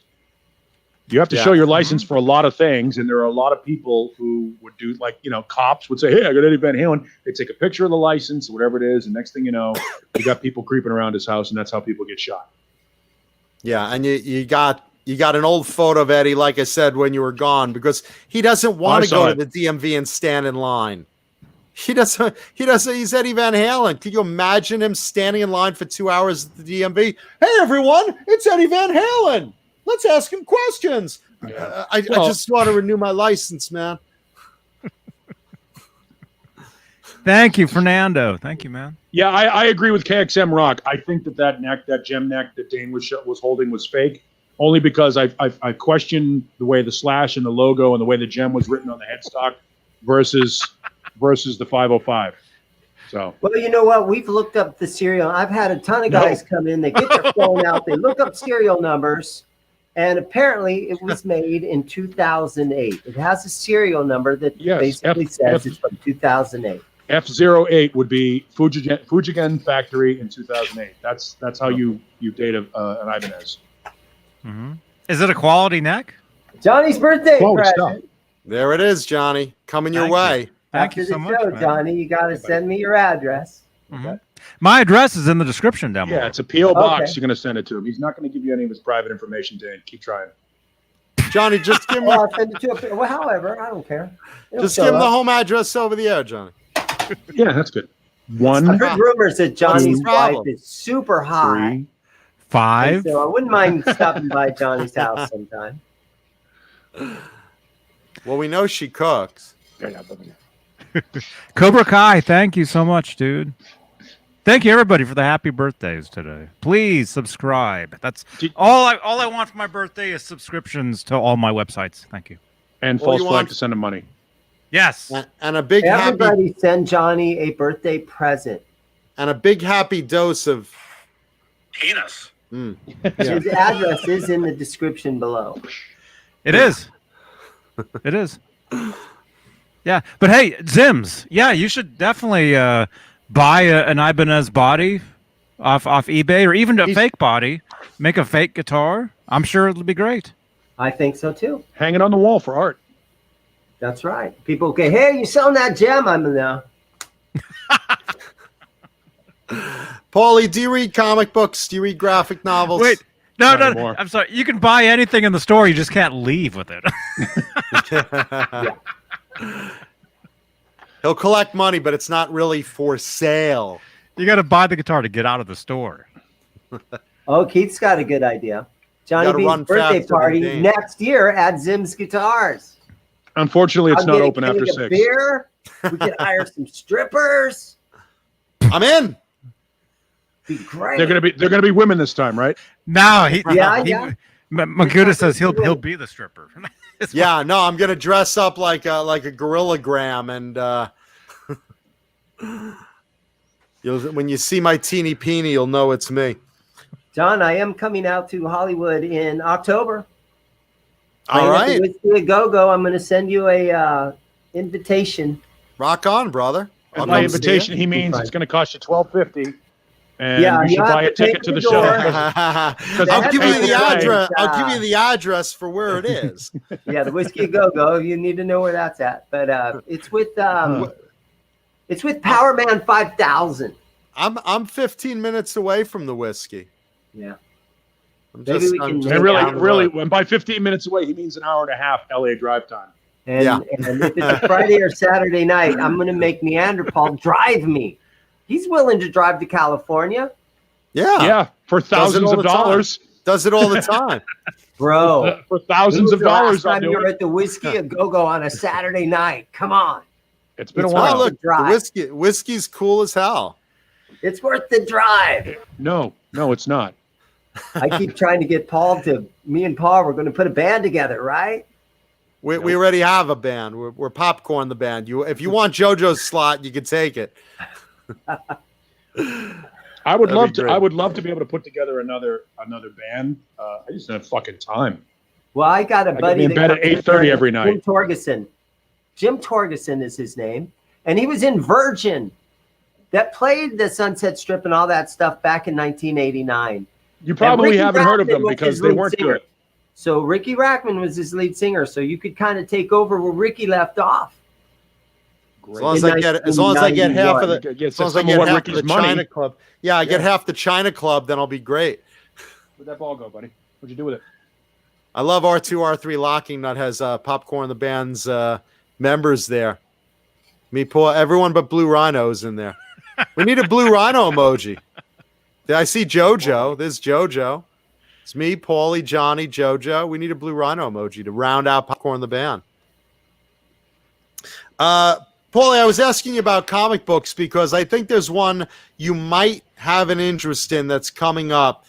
The authorized from the estate Motorhead graphic novel, The Rise of the Loudest Band in the World, coming out September 7th by Simon & Schuster. Let's see, David Calcano and Mark Irwin are doing the chores on it, and I've seen samples of the artwork. It looks pretty cool. Yeah, I'm a little hesitant to jump on the Lemmy train post death. I think that's a little opportunistic. I will buy music that comes it's from authorized. So I mean, yeah, the estate, but but so is 19 of the all the T-shirts from the Hendrix estate and all that shit. I will support the music because that's music. That's something that Lemmy actually did versus a graphic novel that somebody drew. If Lemmy were alive today, would he do that? Is the question you ask yourself. And I don't know that, I can't get the answer to that. So I don't know that I mean, there's part of me that wants it. And then there's part of me that says, I don't know that I want it. So it's weird for me. I don't know. I mean, I'd probably like to look at it, but I don't know that I would want it. I think I saw some of the artwork samples. It looks cool. Johnny, can you bring up some of the artwork samples? I'm sure it looks fantastic. I don't know if I want to spend my money on so that Lemmy's kid can profit off of his that's death. no problem, man. False Flag will pay for it. Oh, that's good. Yeah, I'm good with that. And Fernando Riley. Let's see. Thank you, Fernando Riley. Thank you, Fernando. What a week. Already Mammoth CD arrives and celebrating Johnny Beane's birthday. Here you go. I'm treating you to that 7-Eleven Big Gulp. Great show, guys. Thank you, Fernando Riley. We appreciate that. We get a big gulp, just like at the Glory Hole for Johnny's last birthday. A big gulp. You got it? It's on Blabbermouth. Oh, my stomach hurts so bad. Well, give it James Gum. I love the Ramones. Oh. Give it a little release, Johnny. Let's James see. Stewart. Lemmy was the epitome of cool. Yes, This Lemmy was rock and roll. this guy embodied the spirit of rock and roll. That's Yeah. why when you go down to the Rainbow, there is a statue of Lemmy. Mhm. Not a He lot was- of guys get a statue on the Sunset That's really Strip. cool. Yeah, Lemmy was awesome in every way. fuck Let's do yeah. next to that. Yeah, Buy he my was- graphic novel! My graphic novel! My son's cashing in. He's cashing in. I think it's. I still think Lemmy, as mythical as he is, I don't think that Motorhead gets anywhere near the credit that they deserve for being as influential as they are. They don't. And they never will. They don't. They should. Johnny, how's that artwork coming? You had one job. Very slow website. Well, it's Bori, so that's it. That's it. That's what you gave us. That's- That's the piece of art. That's the art. I I could've believe seen that's that, the yeah. cover. I believe that's the cover, but there are some interior pages in there, Johnny. There we go. Scrolling down, scrolling. There's the man. Cool artwork. It is cool You know, artwork. It's clearly It is. inspired by McFarlane. I mean, look, I'm a massive comic book geek, as most of you guys in the audience know. Sure. This is definitely a cool piece that I will be buying. I'll be buying this. I'll be buying the if Lemmy was Dio. I'll be if buying the Lemmy Dio was in- graphic novel too. if Lemmy was in Aeon Flux, this would be what it is. Go to the sex scene, Johnny. Go to the sex scene. No, there is. Yeah. Hold on. Scroll down one more. That's Lemmy playing his bass, Play a little. and then he's Oh, look talking at that, about. Lemmy getting yeah. sex. There he is. Is that a Viagra? Is that a jar No, of Viagra? it's Speed. He's talking about how Yes. he says, I'm moving equipment, I'm showing up on shows every night. Veggies aren't doing it. I need Speed. Well, Lemmy was everything that you think he was. Every story about Lemmy, every legend about Lemmy, it all happened. All the Um, truth. And he was both a gentleman and A scholar. a gentleman and a scoundrel at the same time. And he was a songwriter. Let's He not was a forget. fantastic songwriter. He wrote half of Ozzy's biggest record. Oh, yeah. You know, people don't realize every time "Mama, I'm Coming Home" rolls by, Ozzy doesn't get the money off that. That money goes to Lemmy's estate. He was phenomenal. I'm gonna make a version of that called Mama Mancuda, I'm Coming Home. Because Mama Mancuda, I'm coming home. He could write a fucking song, man. Ah. The guy had musical ability. He could write a song, couldn't sing worth the shit, and made it work.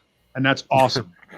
I think that's awesome. But if you want to hear, I mean, Lemmy wrote songs that were so brilliant. I mean, Mama, I'm Coming Home is a brilliant song. Great But song. listen to 1916. Holy shit. Oh, that's a great one. Holy That's shit. a great one. Listen Talking- to the Talk about poetic- the lyrics to it. just a phenomenal. A very fucking song. graphic and sad depiction of World War One. Phenomenal song. Every year on Memorial Day, I make sure to post that up on my Facebook page. It is as good a fucking song as can ever be written, and most people don't know it because.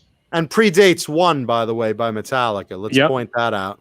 Yep. No, Lemmy is. Look, if there's no Lemmy, there's no Metallica. Make no mistake. No, about it. absolutely. If Motorhead Massive. doesn't exist, again, I've said it before. Black Sabbath may have invented heavy metal, but Motorhead made it go fast. Yeah, well, Metallica was very heavily influenced by it, and everyone knows it. Mm-hmm. Yeah. The sad part about it is, I am more than a little disappointed that the guys in Metallica didn't advocate for Motorhead's induction into the Rock and Roll Hall of Fame the way they did for Deep Purple. I mean, Lars went up and he got to back for Deep Purple pretty heavy, and all these other bands, and didn't get Lemmy in. And I'm disappointed that didn't happen. That they didn't turn around and try and carry Lemmy in on their shoulders because he's the fucking guy. Let's point out what Old Man Dan says. That's rare because Ozzy and Sharon usually stole the credit from everybody, and that's true. That's it. You know what? But Lemmy won't take that shit. Well, Ozzy and Lemmy were very, very close friends. Very good friends. Very Absolutely. close friends. came up together and sort of. That doesn't mean my wife won't fuck you though. Well, she fucked Randy. I like this weenus. I agree, Keith Campbell. But as we talk about this, we've talked about this in the past. The line of succession for the Rock and Roll Hall of Fame doesn't necessarily go the way we want it to. You say, I believe, Kraftwerk should have gone in before Nine Inch Nails. Kraftwerk, without Kraftwerk, you don't get Nine Inch Nails. Without Kraftwerk, you don't get Devo. Without Devo, you don't get Nine Inch Nails. Johnny, go back to that. The Rock and Roll Hall of Fame is confusing because you have the word rock and roll. It's a brand. Then you have the word fame, like famous. And there we go. So I wanted to point out the right side of your screen. Happy Pride Month, everybody. Yeah. Jamie. Happy Pride to all our LGBTQ listeners. And there are a bunch of them. Jamie from Progressive. Flying the rainbow flag for Pride Month. Dude, you know what was hilarious? Neanderthals hanging out at the shop one day. And Al Ortiz, Stevie Nicks' bass player, was also hanging out in the store. And we were talking about Stevie Nicks getting inducted into the Rock and Roll Hall of Fame. Neanderthals like, dude, there's no way she should be in the Rock and Roll Hall of Fame. And Al is standing. I'm like... She shouldn't be in the Rock and Roll Hall of Fame as a solo artist. Standing right there. Don't care. I think she should have been in the Rock and Roll Hall of Fame. As a solo artist, Stevie Nicks goes into the Rock and Roll Hall of Fame. I don't see a problem with it. She was one of the biggest parts of Fleetwood Mac. I mean, as a member of Fleetwood Mac, she goes into the Rock and Roll Hall of Fame. As a solo artist, let me get this straight. Fleetwood Mac is not in there yet. Oh no, they are in. Okay. Yeah, no, I absolutely believe that Stevie Nicks belongs in the Rock and Roll Hall of Fame as a member of Fleetwood Mac, but not as a member of Buckingham Nicks, not as a solo artist. I don't think she's her accomplishments as a solo artist warrant legendary. Immortality. I think I'm glad Fleetwood Mac is in there and she's represented there. I agree that there are a lot of bands that should be in there before she should get solo status. Mm-hmm. So, but her biggest songs, "Stop Dragging My Heart Around" with Tom Petty, who wrote it, and Mike Campbell wrote it. "Edge of 17," Prince was part of that. "Leather and Lace," Don Henley was part of that. I mean, we're talking about, she's good, but she's not Hall of Fame worthy as a solo artist. As a member of Fleetwood Mac, it's indisputable. Fleetwood Mac are, along with Steely Dan and Boston and Cheap Trick, sort of the sound of the 70s. They were a brilliant band. The sad part about it is most people don't even recognize Fleetwood Mac's pre-Buckingham Nicks contributions. The stuff that they did with Peter Green. I mean, they wrote Green Manalishi. Like that's a Fleetwood Mac song. They wrote Black Magic Woman. Those are songs that they did. I mean, those are phenomenal songs. I mean, look, I think she does deserve to be in there, just not yet as a solo artist. Not till, she stands in the back of that long queue that has, Maiden and Priest and, Motorhead and all the other bigger bands that Mr. Hellstrom's right. Pat Benatar should have been in before Stevie Nicks. Here's where the word famous is involved, though. The word fame. It's famous. It's short for famous. Stevie Nicks has been, which is short for anus. She's been on like daytime, daytime talk shows.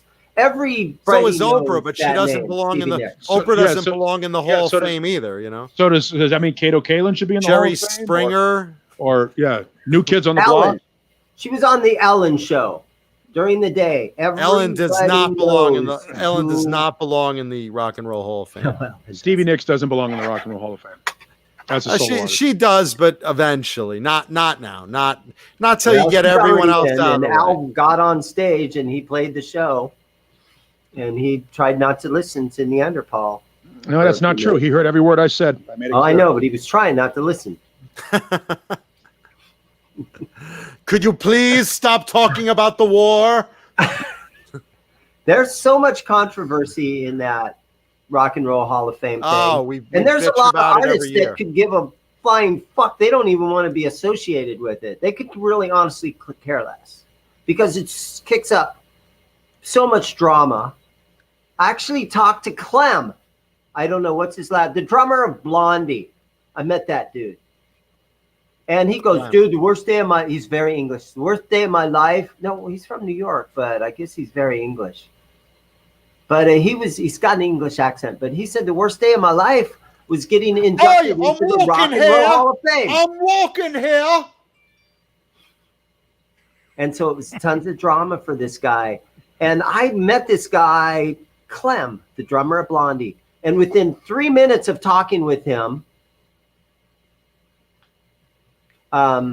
he started talking about the worst day of his life and the Rock and Roll Hall of Fame.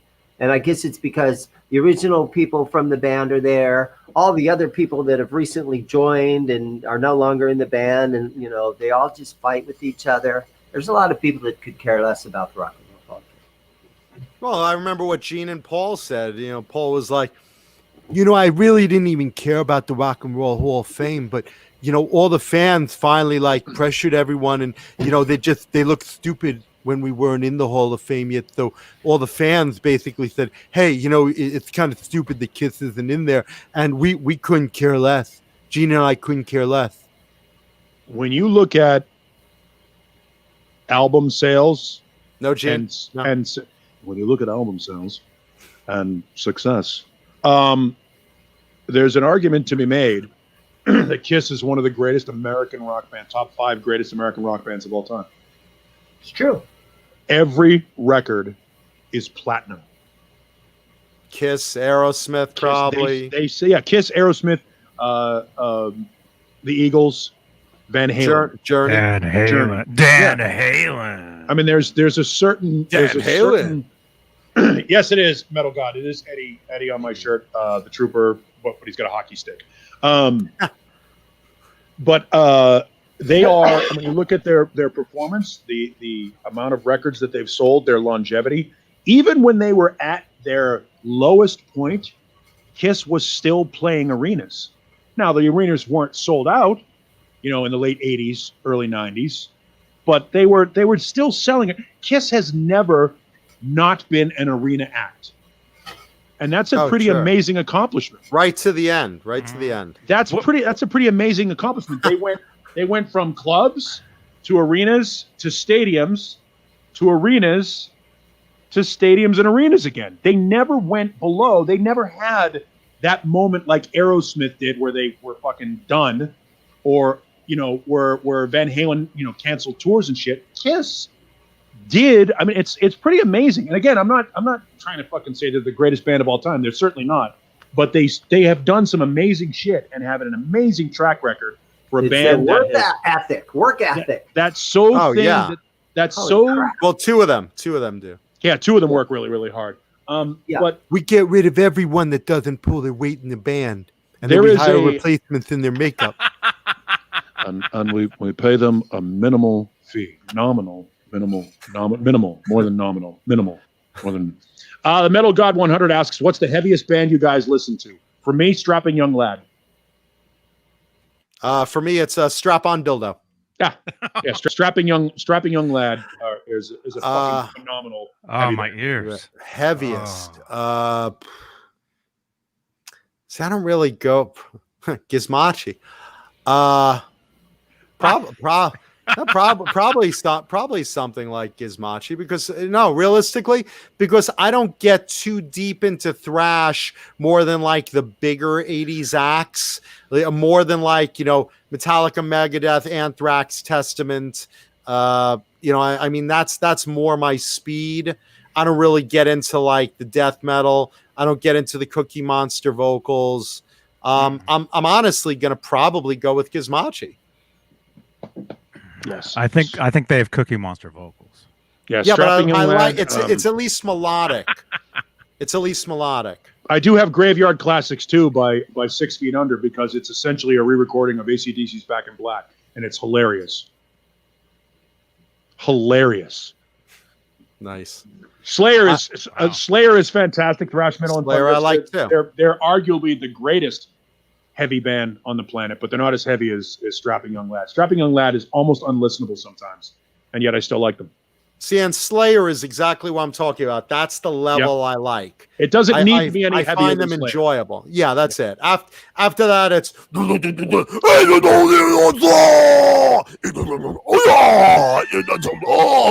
Yeah. Blast beats and and Devin Townsend is a genius, but he's insane. Yeah, He's there's an your absolute. gift, by the way. He's an insane genius, literally insane. Like bipolar, not doing well on lithium, prescribed lithium to keeping his shit together. By the way, I like Jeff T's idea. We're going to start the Pop Music Hall of Fame and only induct metal bands. And the nominees are Taylor Swift. Here's the thing. Testament, Slayer. Here's the thing. There's a huge difference between the Beatles and Metallica. If they're both rock and roll, then so is whatever band you can say that isn't rock and roll. That's such a wide Thing is, Rap and R&B are not rock and roll. everything, Yes, they are. everything is rock and roll if you think Yep. about it. Everything. Yep. It's not. Like, hey, that's rock. It is. Oh, that rocks. Oh, rock and roll, man. I don't consider rap rock and roll. Well, Subterranean Homesick Blues by Bob Dylan is a rap song. Rock and roll is more of an attitude. Tutti Frutti is a rap song. Dude, I don't consider just because words rhyme doesn't mean they're rap songs. But that's the genesis of it. That's what it was all built on. I know that you don't like it. I like early rock and roll, and I like rap for that matter. I just don't. But if Screamin' Jay Hawkins and Sam Cooke and Jimi Hendrix are all rock and roll, so is Prince, and so is Bruno Mars. I could consider Prince rock and roll to a point because he's such a guitarist.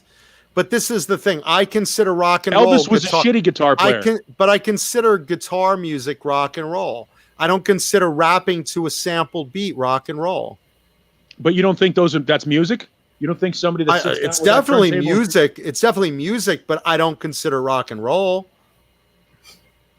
I would say that whatever music that they're using at the time, I think if you're talking about the early rock and roll was done on hollow body guitars or acoustic guitars. If guys like Robert Johnson is considered rock and roll, or the pioneer and the foundation of rock and roll, if Son House and all those blues guys and the Beatles and Bill Haley and Dave Clark 5, if that is rock and roll and Judas Priest is rock and roll, then everything in the middle is rock and roll, and that includes hip hop, that includes disco, shit. Are you telling me that the Bee Gees don't belong in the Rock and Roll Hall of Fame?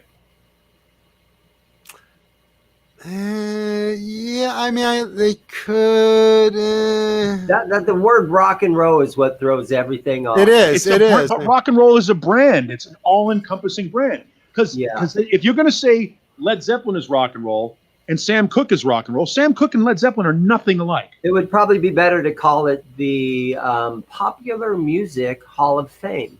Unfortunately, popular music isn't a brand. Rock and roll is a brand that everybody, when they hear it, they know what it means. We were going to get LL Cool J and Dougie Fresh for Kith, but then we discovered Vinnie Vincent and Eric Carr. So we went that route because we wanted a chance at the Rock and Roll Hall of Fame. Jeff T, you're incorrect. The Beatles are not disco. They are absolutely a rock and roll band. Go back to their early stuff. It is every bit as good as the Beatles. Songs like Beatles predated disco. Right. But the Bee Gees also sounded like the Beatles when they first came out. The Beatles have the Bee Gees have like 3 careers. They had the pre-disco career, then they were the Led Zeppelin of disco. And then they continued to write songs for other people. Wow. So the Bee Gees weren't always disco. No. Well, the Bee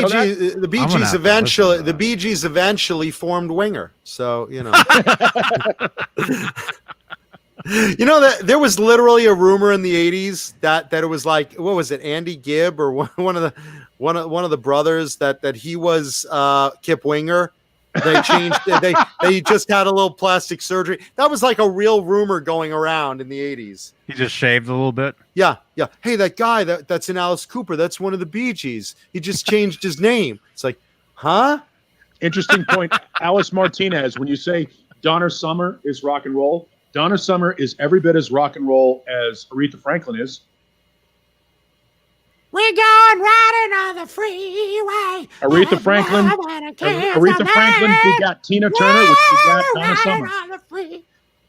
I mean, that's the thing is if you can connect them all together, it's all rock and roll. That's the suck part about it is if you look back on those things, there's a huge difference between Led Zeppelin, Aerosmith, AC/DC, and the Dave Clark Five, and Smokey Robinson and the Miracles, and Motown. If Motown is rock and roll and metal is rock and roll, then so is hip hop and disco. I disagree. Hey, Again, agree to disagree, but yeah, that's fine. Just Disco. Rock and roll is rock and roll. Rap is rap. I'm gonna let out my frustrations on David Crosby Voodoo Doll's face. Oh, my ear. Now I can't hear the difference. He thinks disco and rock. Crosby, Stills, and Nash is rock and roll. If you have a drummer going, boom, keep it a 4/4 beat, that's rock and roll, right? Well, then Rush doesn't go into the Rock and Roll Hall of Fame because they've never kept a 4/4 beat in their entire career. Johnny didn't Police. vote for them. Nor do the Police. I didn't vote for them. Nor do Genesis. Nor do Pink Floyd. Genitals? Who's genitals? Yeah, well, now after seeing that Epiphone with the Floyd, now he's not getting my vote either. I'm sorry, I can't do a Floyd on a Les Paul. Not on a Les Paul. Oh, I love those. I can't. I mean, other than the one you're selling, that I think is a great guitar, but every other one, I can't do it, man. I just It's already sold. It's on layaway. Oh, then I hate them. I hate them all. Dane has layaway. I sold it to this girl. Layaway. And Dane laid a girl. Excited to get it, and she's like, "I'll be in about a week. By Friday, I'll be in. I'll pay it off." And after about a month, I called her because I write down numbers, and I said, "Hey, I just wanted to remind you, your guitar's on layaway down here, and if you could come and make a payment, that'd be great." And she's like, "Well, I'm in the hospital, so I'll have to. When I get out, hopefully I'll get out." This was through text messaging. I said, She's working the truck stop as fast as she can. What's important is you just get healthy, and now it's been another 2 or 3 weeks since that's happened. It's funny. I'm watching people trying to rip into rap when they don't realize that Sgt. Pepper's Lonely Hearts Club Band is a rap. What? It was 20 years ago today. Sgt. Pepper taught the band to play. It's a fucking rap. That vocal line of Sgt. Pepper is a rap. Because tons of rock lyrics rhyme. What are you talking about? But that delivery is rap. That's the foundation of what rap is. No, I disagree. The meter of that song is absolutely hip hop. It's more talking than singing. Rap is more talking and rhyming in sequence as well as sampling music rather than playing music. Nope. Hip hop is a style of music unto itself and still rock and roll. It's a flavor of rock, just like hard rock and metal are also. Yeah, it's all music. It's all music, yes. It's all music. There once was the man from Nantucket whose dick was so long he could suck it. That doesn't make it rap. I never knew that whole thing. Put a beat to it, He suck his own dick? Oh. You didn't know that? You've never heard the whole thing, Johnny? Of that. I never knew the second part of that, no. Well, there's 3 parts. Is there a third and fourth part to it? Lemmy has decided I'm done. There once was a man from Nantucket whose dick was so long he could suck it. He said with a grin as he wiped off his chin, "If my ear were a cunt, I would fuck it." That's right. And that is a great way to leave. Thanks, Paulie. Bye. Have a good night, Paulie. Great Neanderthal, everybody. I'll do this since Johnny doesn't have the machine.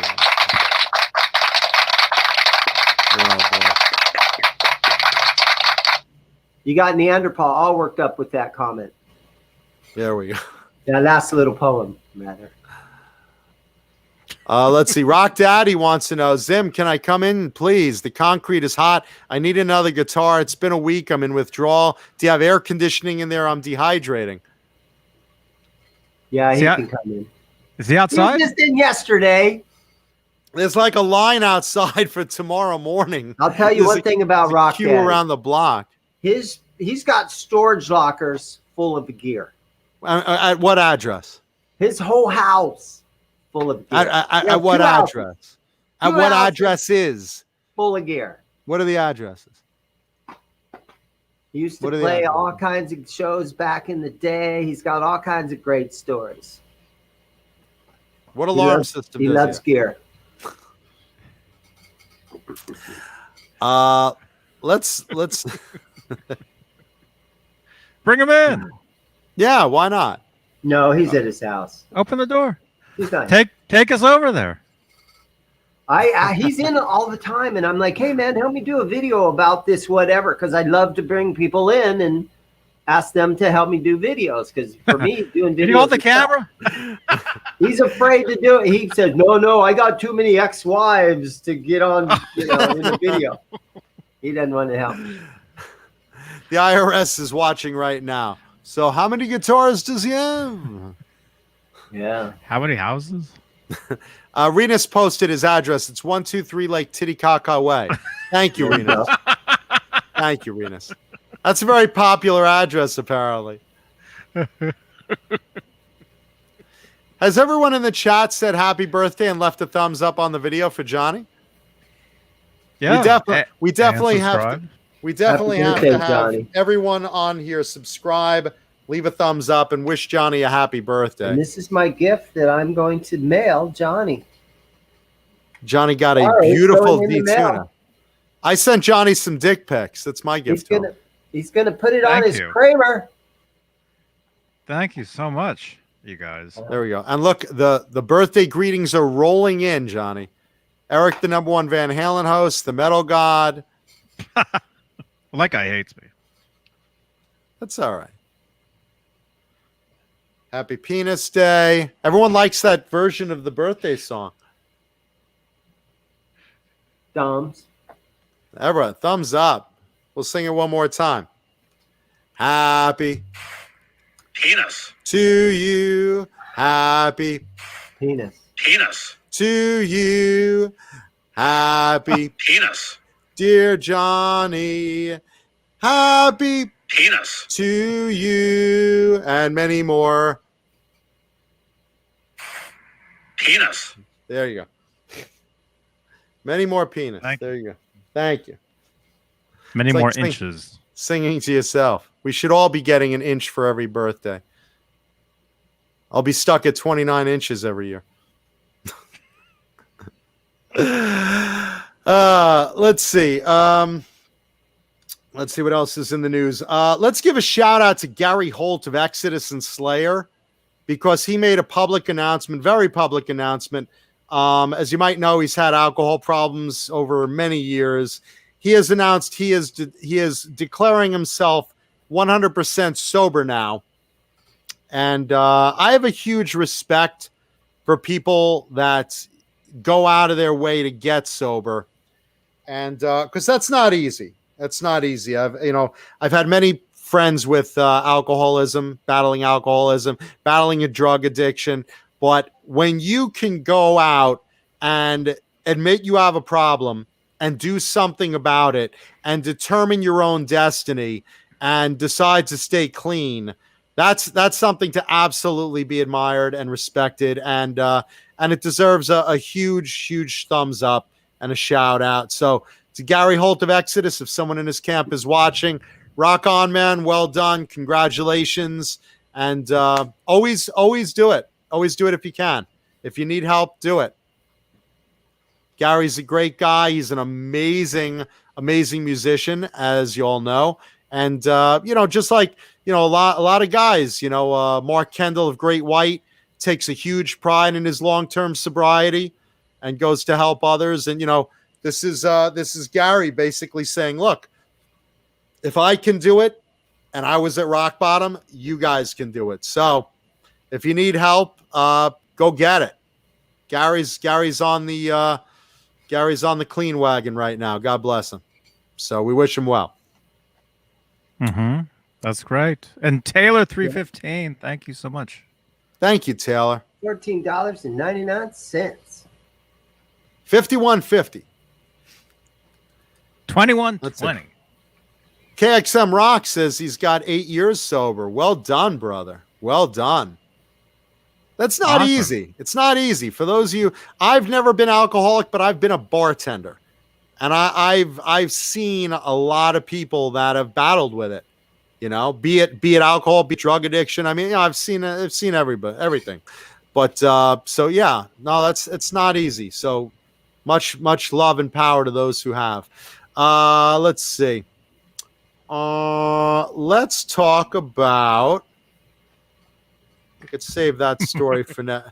I have a lot of stories. I'll save one for next week. Let's talk about Rob Halford.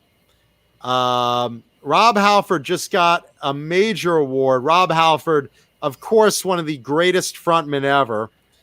Johnny, see if you can bring up that photo from Blabbermouth of Rob Halford.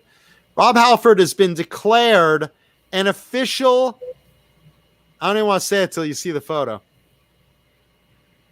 Wow. He has been declared an official Kentucky Colonel. That is right. An official Kentucky Colonel. The highest award the Commonwealth State of Kentucky gives out for those who have made major accomplishments. And Rob Halford is their newest recipient of the title and honor of Kentucky Colonel. Just like Harlan Sanders. Oh, Where's that photo, Johnny? that sounds so good.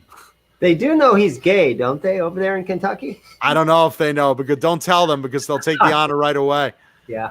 They're like, oh, wait a minute. Here we go. Just like Colonel Sanders, here is Kentucky Colonel Rob Halford with the certificate. He looks a little bit like Colonel Sanders with that Right? beard. Just if you just trim it down, you The would make bolo- a great. the You would bolo make a. tie, yeah. You would make a great Harlan Sanders, right?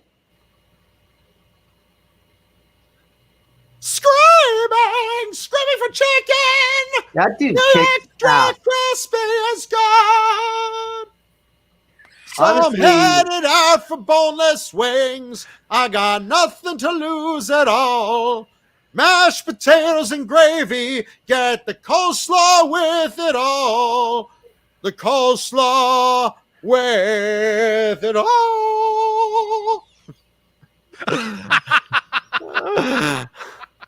That Next dude time- kicks ass, man. Next time you get a bucket of chicken. Remember how we used to always go around back heads in the are day, gonna no, roll. he's not gay. Don't believe it. Don't believe it for a second. And then Chicken Turbo heads Lover are came gonna out. We were like, roll. oh. As soon as Turbo Lover came out, we were like, oh, maybe he is. Go into the drive-through. The KFC Rob Halford special meal. Oh, come on. You know my favorite Priest tune? Victim of Changes. Oh, that's a good one. There's a million good ones. That slow part, you know, the whole when she was beautiful, da-na, da-na, and then he kicks in, and he hits that note. Whoa. Oh, Rob is literally one of the greatest vocalists of the 80s. I mean, look, you know, we're having fun with the the Colonel the Kentucky Colonel honors, and you know, make no mistake, other musicians have been awarded this. The list goes on. Other musicians that have received this honor of official Kentucky Colonel: Robert Plant, Dave Mustaine, John Lennon, Zakk Wylde, and Tommy Thayer. How about that? Tommy Thayer. Oh, Ace Frehley himself. There you go. Ace was.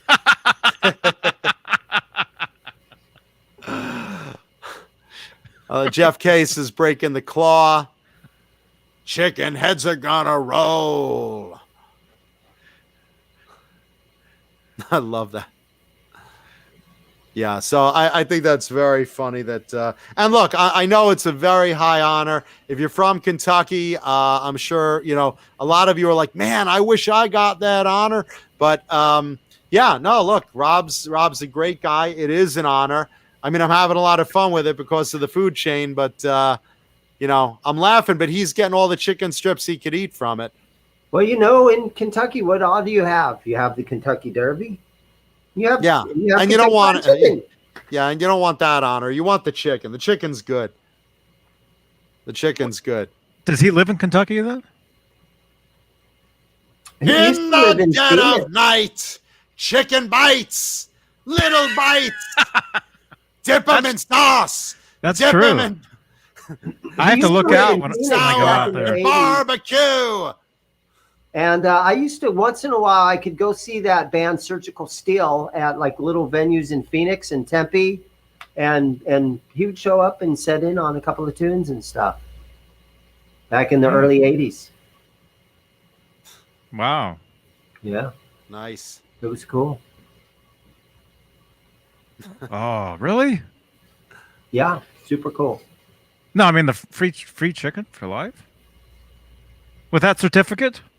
I don't know. I would. He walks in any Colonel let me tell you something. If you walk in looking like Colonel Sanders and you have a certificate from the Commonwealth of Kentucky, I'm sure any KFC is going to be like, "Well, it's the Colonel." Okay. I wonder if Norm Macdonald has had that. If he's won that yet. Yeah. What's really funny is, has Rob ever lived in Kentucky? I know he has a house in Arizona and obviously the UK, but has he ever lived in Kentucky? I don't think he has. John Biel. John Biel lives with him? You're talking about somebody that's overcome alcohol abuse. Wow. He's at the top of the list. Oh yeah. And I mean, he's been a role model for the LGBTQ community once he came out, because he basically showed, look, man, I'm cool, I kick ass, and I'm gay. Make something of it. And God bless him, man. He's literally one of the greatest musicians of the 80s. He is. LBGT KFC. Yeah, he freaking kicks ass. This chicken's cold. Heat it up because it's cold. Add some gravy. It's cold. And then when he was out here in Phoenix, he put together that band called Fight. And he picked local Phoenix musicians. Sure. And that's where they got Travis, their drummer, was in Fight. So he was a Phoenix guy. And even the Satchel, I think, was in Fight. I think he was as Russ Parrish, right? Yeah, still I think you're right. Another one of my favorite bands, Steel Panther. KXM Rock. You got another order coming. Wait, when you turn in line. Oh, you got another order coming. It's a family meal. Oh, yeah. Colonel. In this world we're living in, we have our choice of chicken. Extra crispy or classic, or you want the new baked. And yeah, all day, all night. Rob is a bear in the community. Yeah, in the LGBTQ community, Rob is considered a bear. I have a lot of friends. I'm a gay ally, so I know the community well. And Rob is the pink hat. Then it's not. Well, the pink hat is for a lot of things. It's mostly for breast cancer awareness. Okay. It's also the most 80s color. It's also because I am an ally of the LGBTQ community, and that was the first gay rights color. So I support them. There's a lot of reasons I wear pink, but breast cancer awareness is probably the biggest one. But it has a lot of meaning. Has a lot of meanings. Biscuits and slaw, Biscuits and slaw, biscuits and slaw, biscuits and slaw. John, you remember we hung out at NAMM? You remember how cool that was? And for some reason, during the day, we were at NAMM, and me and you just started walking around hanging out. Right. And we did that. We were at the Ibanez booth, and I pulled my camera out. We did the new Steve Vai Pia. Oh, the Pia.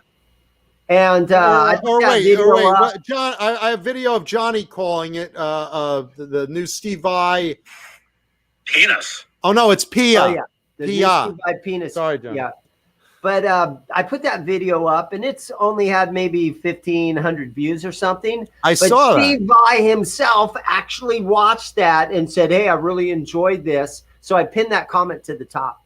Oh, that's cool. So just so you know, Steve Vai actually watched us do that video, or he watched the video. That's cool. That is cool. He watched your video? He did. So, I mean, the next time we see Steve Vai, he'd be like, hey, I recognize you guys. Wow. Mancuda, you made a joke about his wife, though, in the video. Yeah, I know. I'm waiting for that to haunt me. And I'm like, uh-oh. Yeah, Mancuda, let's have a talk. Let's have a talk. Come behind this. Come behind this wall. Let's have a talk. Come here, Mancuda. Oh, your NAMM video. Yeah, we did a NAMM video. Okay. Well, there's one that Johnny and I did for NAMM last year, or I guess 2020. Right. And I told the story on the show.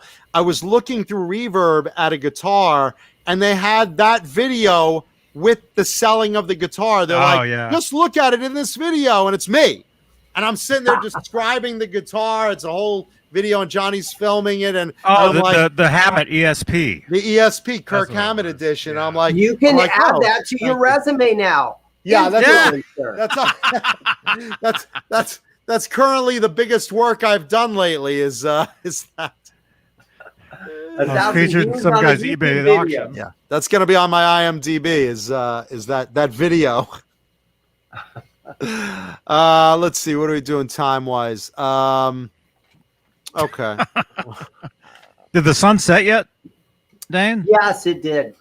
Thank God. It's now down to only 110 degrees in Arizona. Yeah, it's cooling.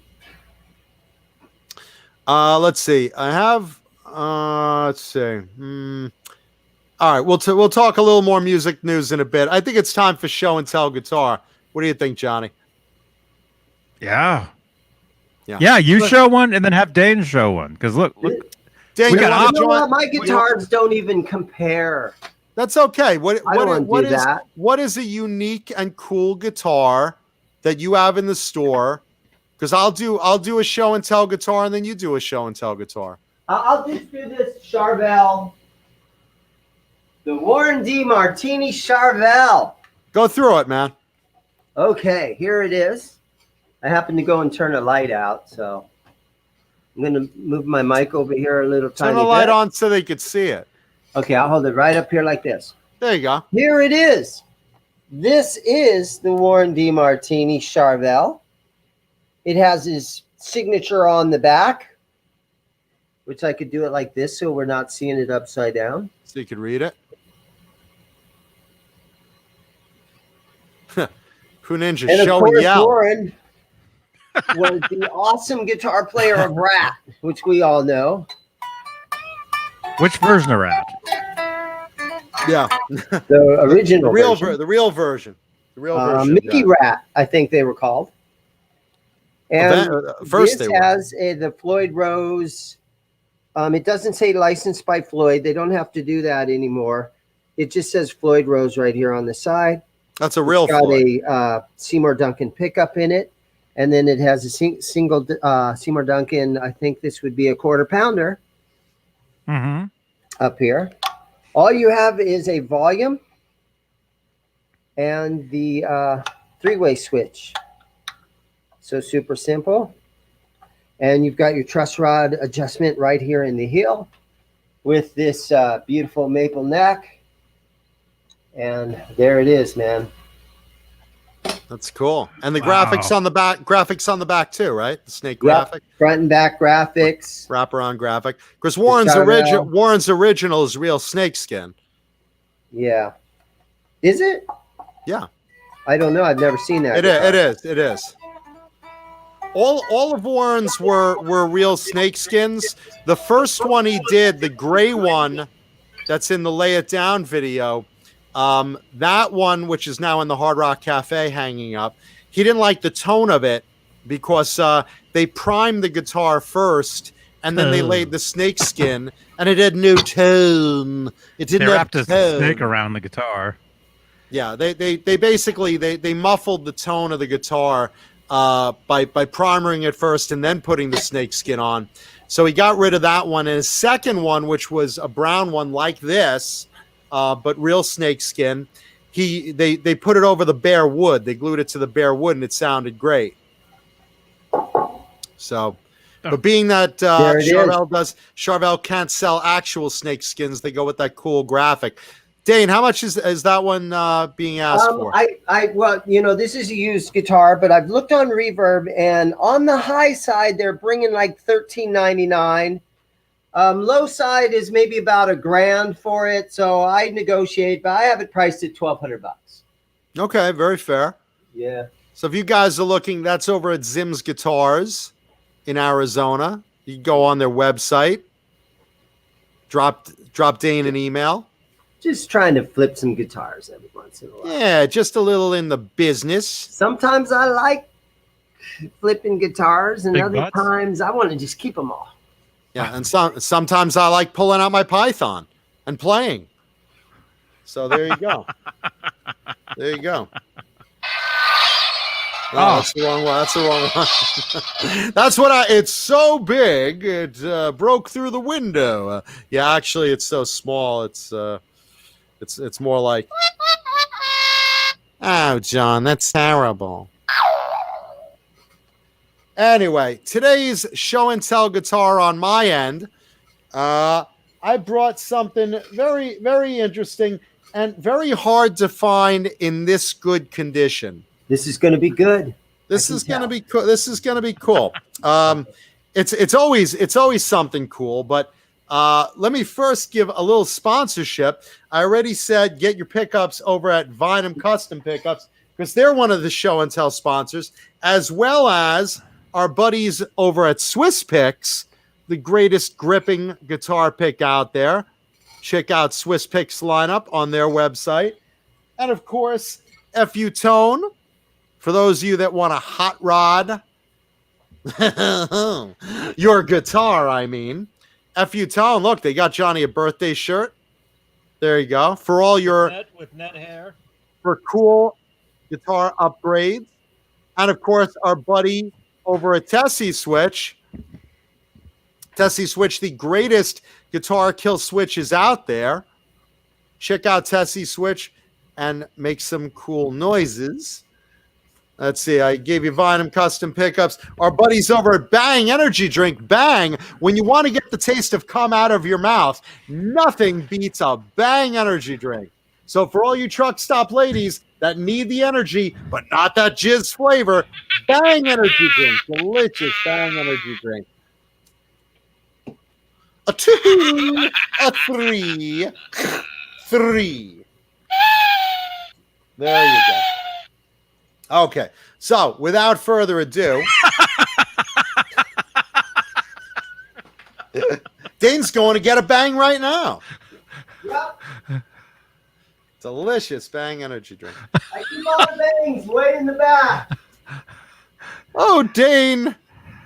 Dane, where are you? I'm waiting for you, Dane. Betty, I hate to say it, come in but the back. you're a Come in little the young back for my room. taste. Come in the back room and meet me with one of those Bang Energy drinks. I'll show you the what for, honey. Every time Neanderthal's in my Betty store, White. he wants to put a little peephole in the bathroom so we can peek through. No, he wants to put Wow. my pee-pee through in a little peephole. It's a pee-pee I'm hole. like, oh, we can't do that, man. Well, you can, just, Anyway, ladies, Okay, so let's see. Today's show and tell guitar. Where is that damn button? Oh, you got it? Okay. Look at that thing. Oh, God. Glitter. What is that? The slow clap? That's the slow clap?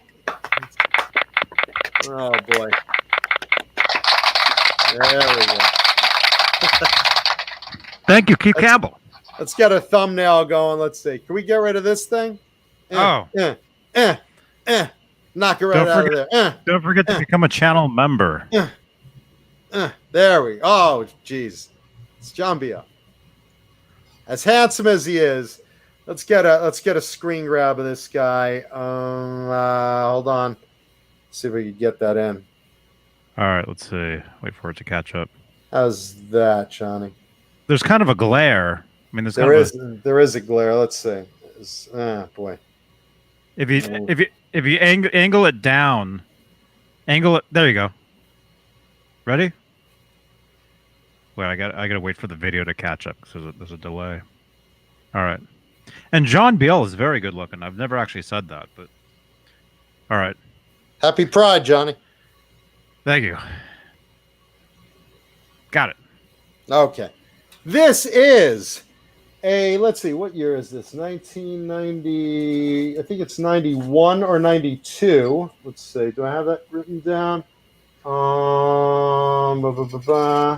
John Biel, what is it? Let's see.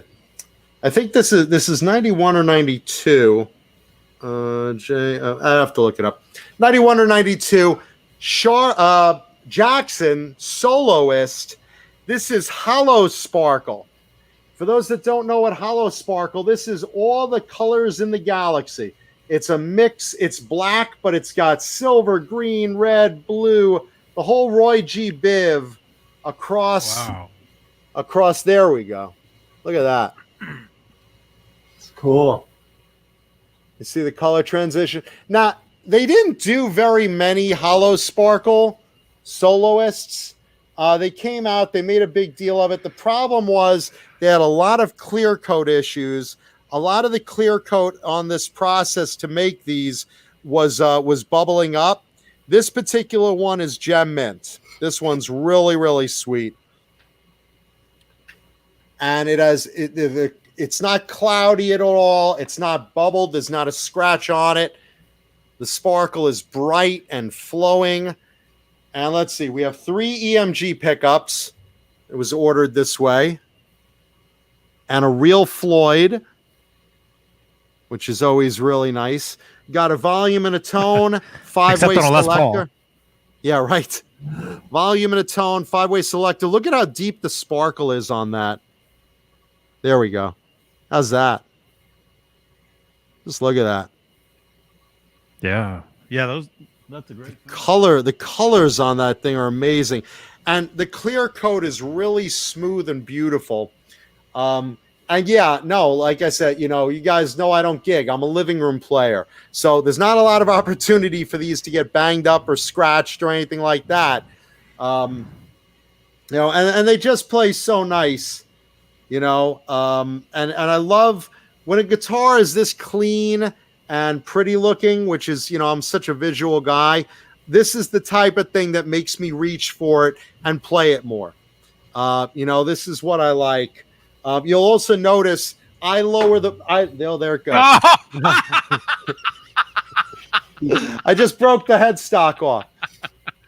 You'll notice, look at the height of the pickups. Look at the height of the pickups. All the wear and tear comes from this show. Yeah, exactly. Yeah, remember I banged my my blue Ironbird? There you go. Yeah.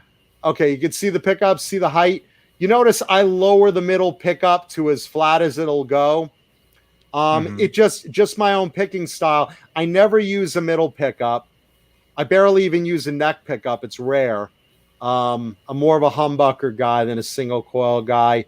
But you'll notice I lower the middle pickup right down as low as it'll go, just to pick a lot easier. But look at the sparkle on that. Look at the finish on that thing. Just the colors on that. It's so hard to capture on camera. Super But cool. I think you could see it right there. I know exactly that finish, and I know it. Nothing does it justice unless you see it in person. Yeah, it really doesn't. But it's so hard to find in a clean condition. I've other than my own, I've never Even seen that one. Yeah, I know, right? I've never seen one without without it clouding up or without it bubbling up. They had a lot of clear coat issues with this type of sparkle. I don't know what the deal is. Let's see. Have I tried the single coil lower? Yeah, I mean I've tried it. I'm a humbucker guy, and when I play it clean, I just turn down the volume to clean it up, or I play the single coil or whatever's on the neck, but I turn it down. Yeah, or I just unplug. That's how most people prefer me to play it. Let's see. Beautiful black ebony that you just don't. Look how glossy and black that is. This is ebony when you could still get the blackest black ebony that you just really can't right now. It's black, it's glossy, just as dark as can be. Of course, the classic Shark pickups, beautiful binding, great feeling neck, nice D shape, which is my preferred shape of neck. Flat D, flattened, fairly wide. You like the feel of the D in the hand, I guess. I love the D in the hand. I can't get enough D in the hand. Johnny's getting saucy. Johnny's getting really, really horny now. It's my birthday. He's allowed. Happy penis to you. Let's see what's really cool about the logo. See if we can capture it on camera. Yeah, he meant inlays, Shark inlays. Well, I'm talking the logo right now. Yeah, you said Shark pickups. Ooh, another dent.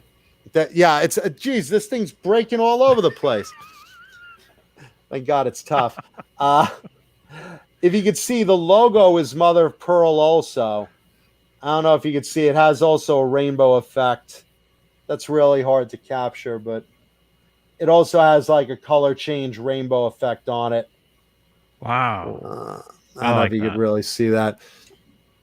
Back of the headstock, got the original wrenches.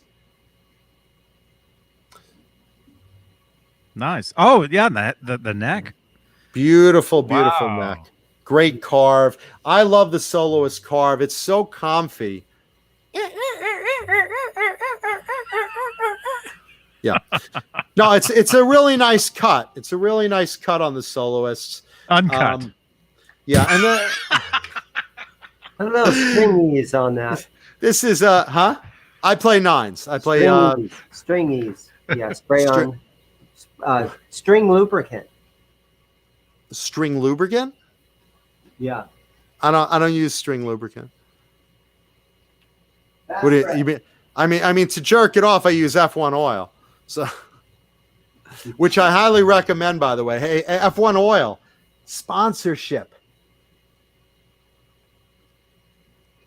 Great product. Anyway, so yeah, that is how I keep the ebony that black. Is when I do oil up the fretboard, I use F1 oil. I like F1 oil. Some people use lemon oil. Some people, I like F1 oil. I think that's a great product. But it's got a really nice feel around the fret access. Really nice. I just love the carve on this one.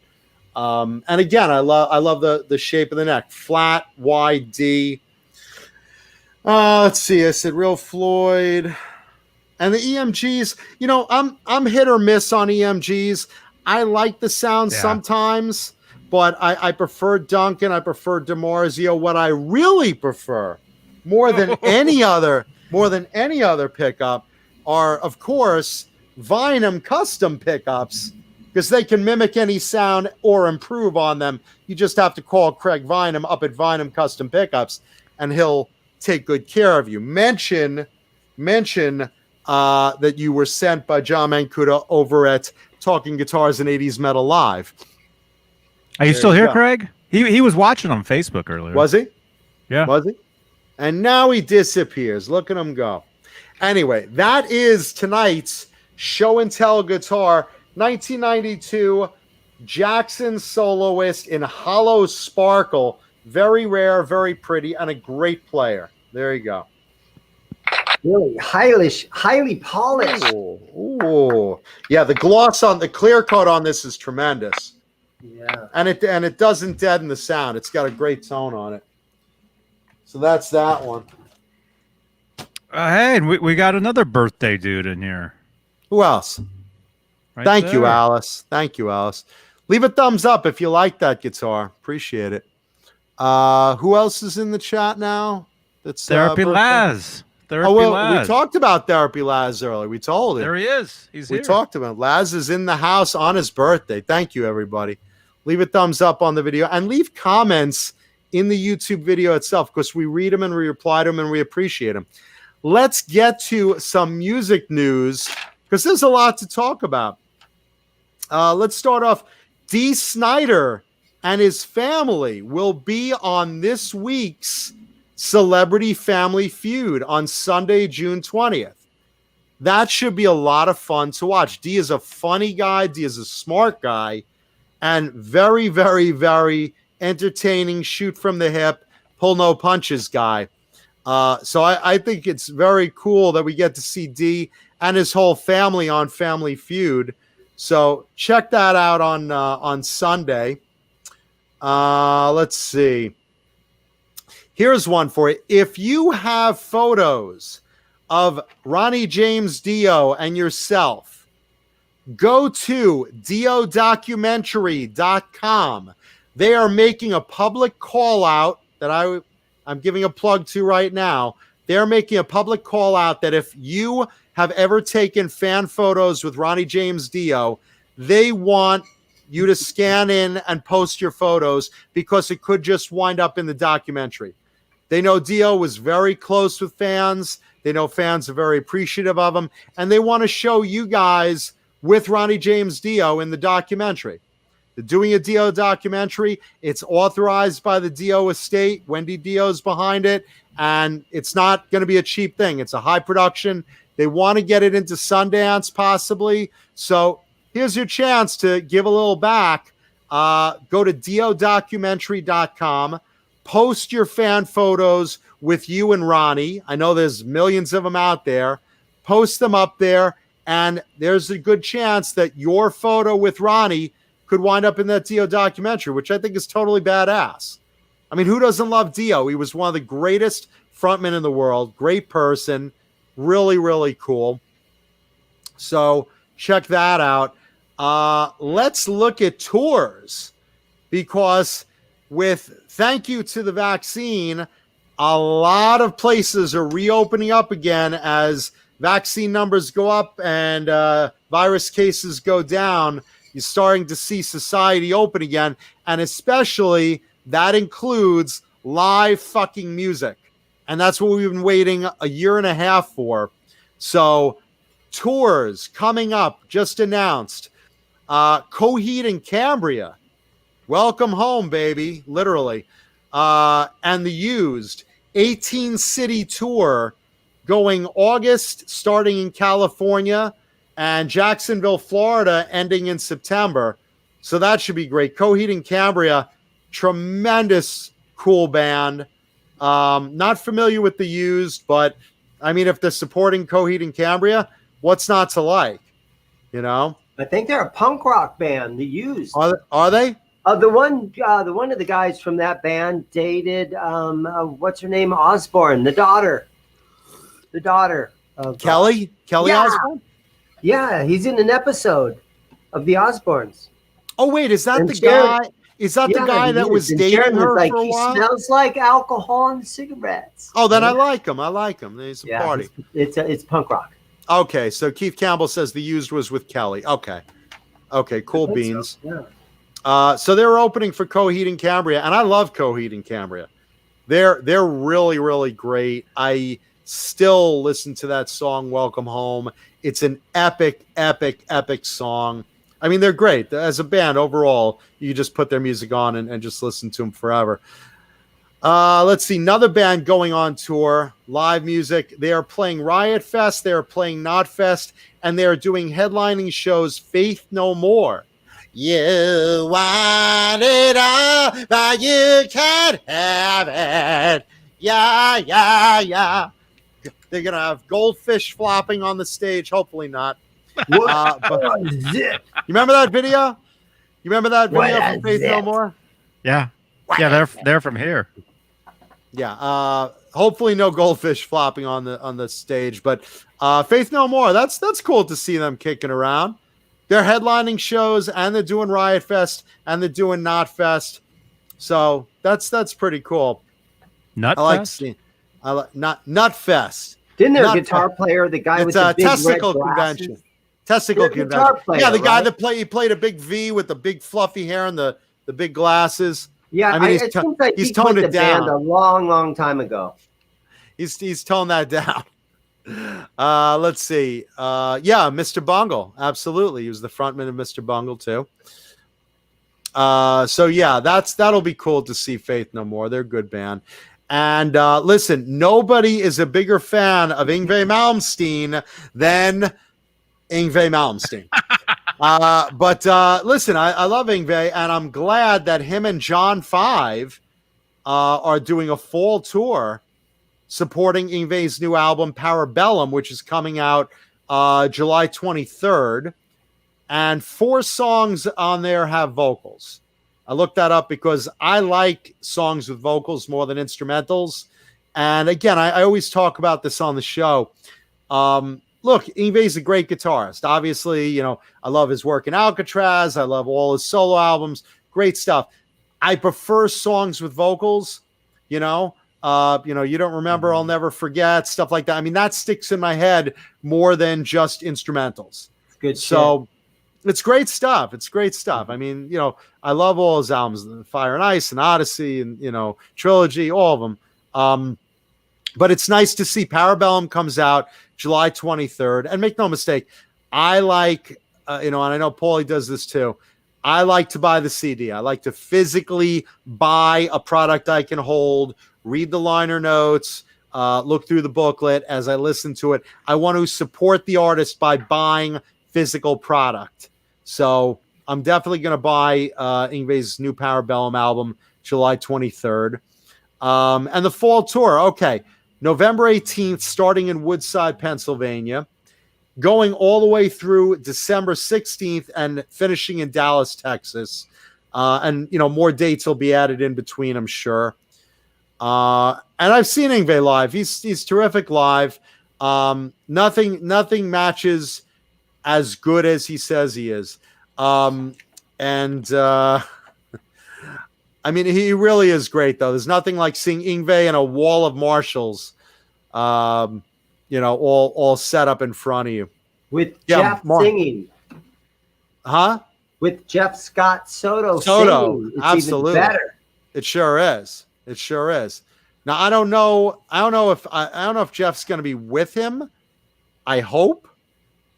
That would be great, but I don't know what the deal is with that. I hope so. I mean, either way, even if he has another singer, I'm still happy because, you know, Yngwie is Yngwie. I mean, he's a maestro. He's a classical guitar player on acid. So, you know, I'm looking forward to all 3 of those tours. And look, live music, baby. You know, while we're waiting to see if Vince Neil practices, you know, on the stadium tour. I saw this great meme today that someone sent me, and this is pretty funny. It's Vince Neil is talking to Padme from Star Wars, and he says, "We're posting the stadium tour until 2022," and she's like, "So you can rehearse, right?" And Vince is giving her a dirty look, and she's like, "So you can rehearse, right?"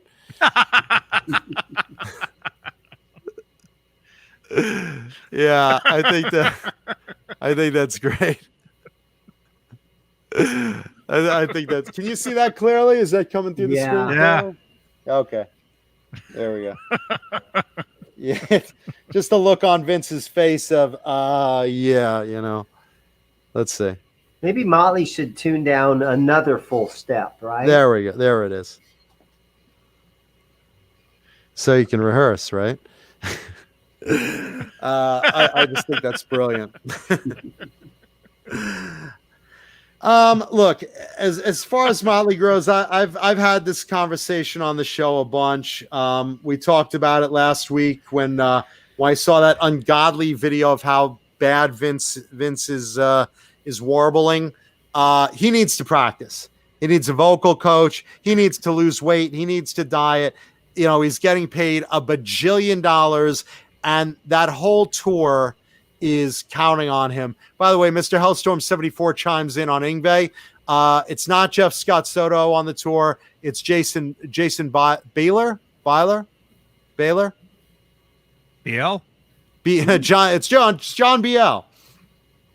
So that's who will be singing for Yngwie. Bueller? So that's cool. It's Bueller? It's Bueller, Malmsteen, Fry.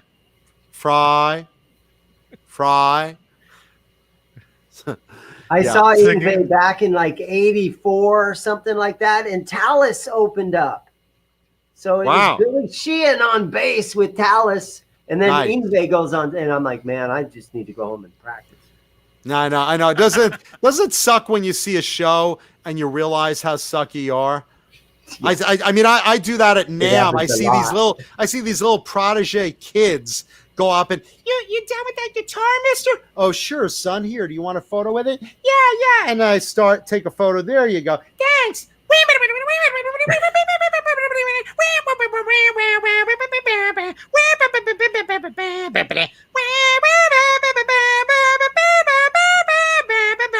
And it's like,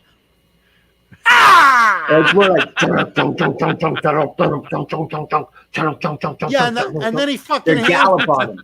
Then he fucking hands it to me, and I'm like, Mary had a little lamb, little lamb.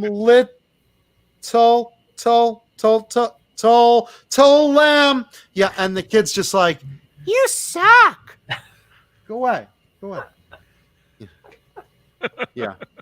Dude, kids come into my store and they They better wipe it up. They just in. They come in here and they sit down with the guitar, and their right hand they do that gent. They chug the channel, and their right hand they can do a little gallop kind of thing, and it's just like, oh my god, this kid is great. Yeah, pedaling is the new. It's the new Stairway to Heaven. Mhm. It's in a music store. I go into like Sam Ash, and it's like, Yeah. it's like, all right, play a song, man. No, they don't know songs. They can just chug They on just- that. they just chug. Yeah. Drop D, tune down real low. Yeah, it's like, dude, you're not getting laid in the store. Just you know, just learn, just do scales. Kids don't even think about getting laid. These kids that play guitar that good, that's the last thing on their mind. That's the whole reason to play guitar good. Not in the new generation. Well, thank you, Tinder. Sponsored by Tinder. Yeah, yeah. When your nuts are tender, look up Tinder. Let's see. I bet Johnny could gent. Johnny Yeah. what? I You can bet do it. Johnny. Oh yeah, he can do it. Oh well, can do Johnny's a player. Johnny's a real player. And it's his birthday. It is his birthday. Johnny, if you could have one wish for your birthday, what would it be? It would be to subscribe to this channel. And I guess that's the one. There it is. For Johnny's birthday, I hope you all subscribe. I think for Johnny's birthday, he wants Wolfgang Van Halen to come on the show next Tuesday night. Oh, yeah. Next Friday night. Friday, Saturday. What the fuck? Just come on the show. What the fuck? Any night. That's what he Anytime. wants for his birthday and even Christmas. If doesn't happen. Any night. Johnny Or just dead. bashed us. What the hell? That's right. Robot Master Switch. That is correct. Jeez. I'm live most nights over there doing some GTA, trying to get on a plane. You know? A lot of Johnny fun. Plane. Robot Master Switch watches. Grand Theft Auto. Mm-hmm. I don't know. The only person I want to watch play a game is Sniper Wolf. Ah, I watch her channel sometimes. I love Sniper Wolf. SS Sniper Wolf. She's so fun. She's so fun. I love because look, I'm a goofus too, so I love funny stuff, and she's just great. She's a lot of fun. I love Sniper Wolf, so yeah, that's a fun channel to watch too. But she doesn't do live like stuff. 8 billion subscribers. Or Yeah, something. I mean she's she's Half almost as many subscribers as Talking Guitars and 80s Metal. Close. Yep. But no, Very close. she does standalone videos.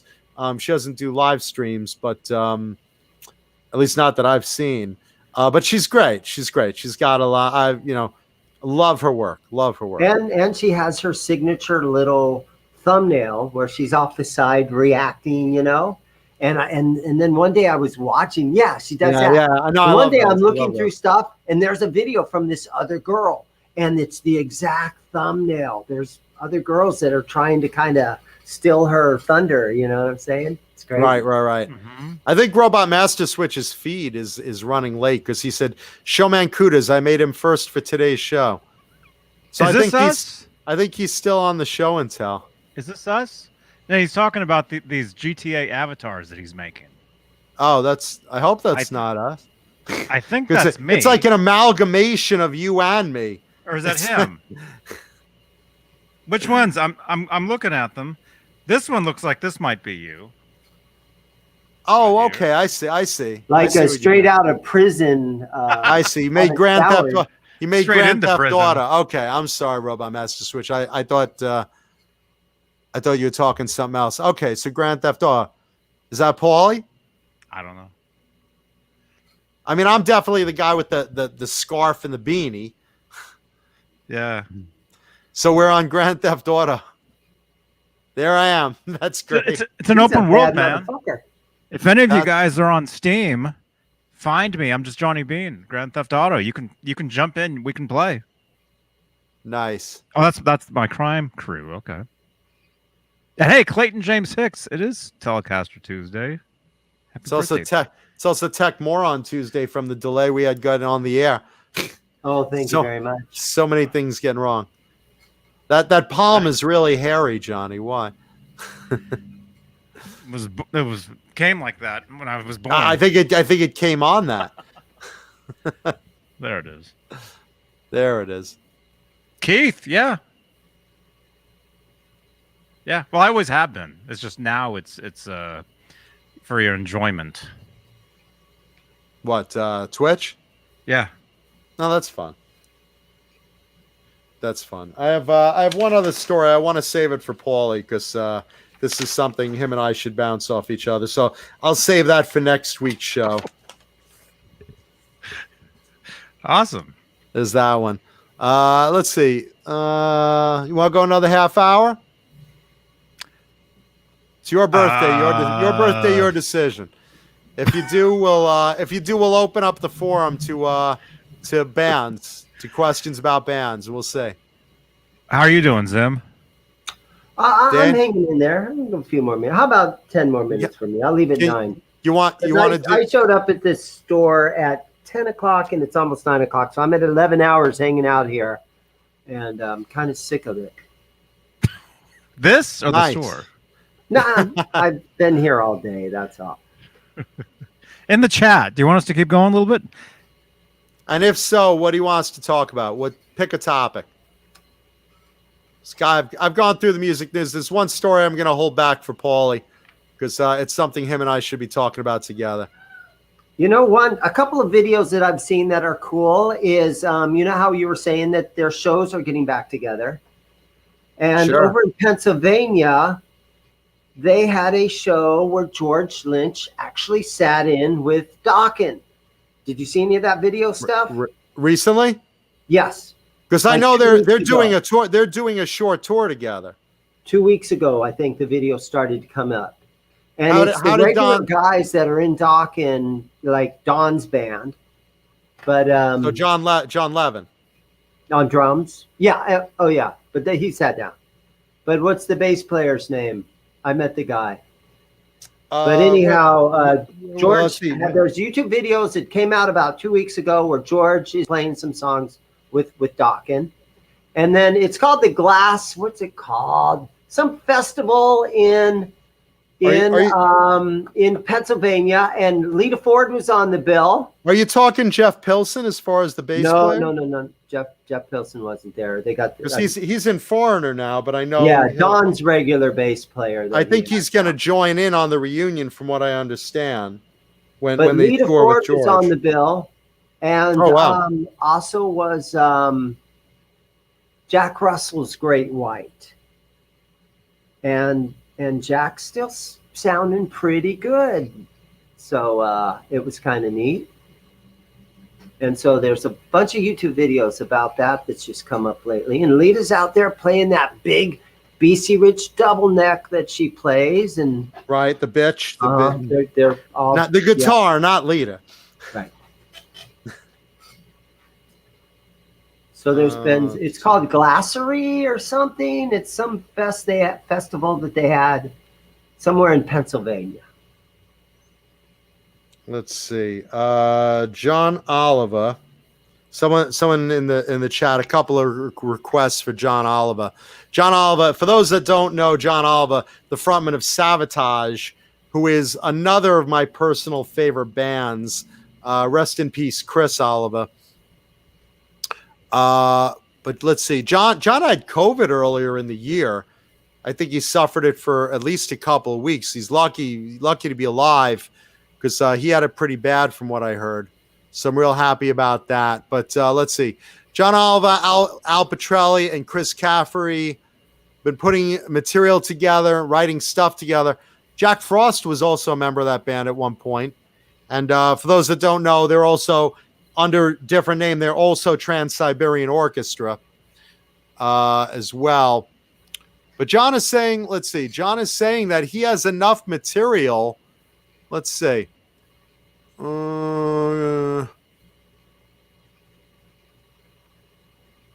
He says he has enough material now for 3 albums of full songs.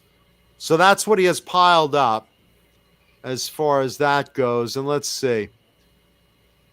He's not announcing they have a new Savatage album coming, but let's see.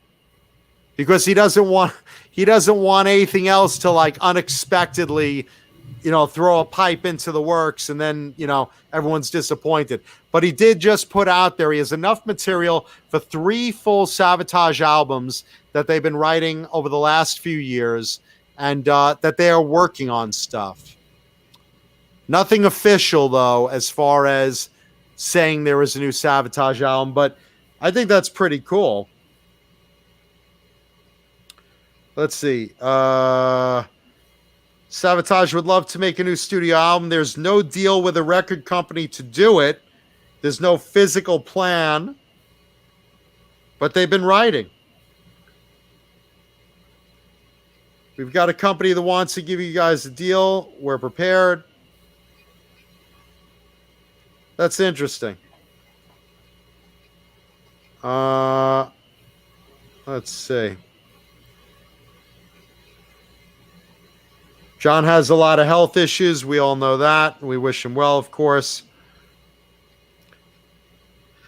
I mean, look, I would love, I don't think I even have to say this. I would love 1,000 ways over for John to come out with new Savatage albums. I mean, that goes without saying. The idea that he has, and John's an amazing writer. John Oliver's an amazing writer. Savatage is one of those bands that has consistently good product. They have 20-something albums, I want to say. Am I wrong in that? I don't even know. I just know my pile of Savatage, and I have all of them, is like this big of CDs. And they're always consistent. So the idea that John has so much material written, ready to go, is amazing. Again, no record deal ready to go, no new album announcement, but the idea that the three of them have put together all this music and they're saying, hey, we have enough for 3 albums. That's a quarantine well used time. So I don't know what'll happen from there. There's no official announcement otherwise, but he's basically, I guess, putting it out there that look, if you're in a record company and you're looking to sign on Sabotage right now, now's a good time, at least for a 3-album deal, which I hope happens. So, glad to see that John Oliver is hanging on there as far as health-wise. Look, guy's not in the healthiest situation. He's overweight. That's been a long-time problem of his. I'd love to see him sign with Frontiers Records because that's who I love seeing everyone sign with. A lot of the bigger 80s metal bands have signed on with Frontiers. And, Y&T, I think, signed with them. Y&T signed on. LA Guns is on there. A lot of the new bands, Crazy Licks and Heat. And, you got new bands and old school bands. They're out of Italy. And I've talked about Frontiers Records on the show before. They're a really great company as far as, keeping the faith of all the 80s metals bands. The 80s metal bands, a lot of them are going on there because they're very supportive. And like I said, I don't know because, Sabotage also does double duty as Trans-Siberian. And, they come out with new material, usually on the holidays. Obviously, everything's set back because of the whole pandemic. But, I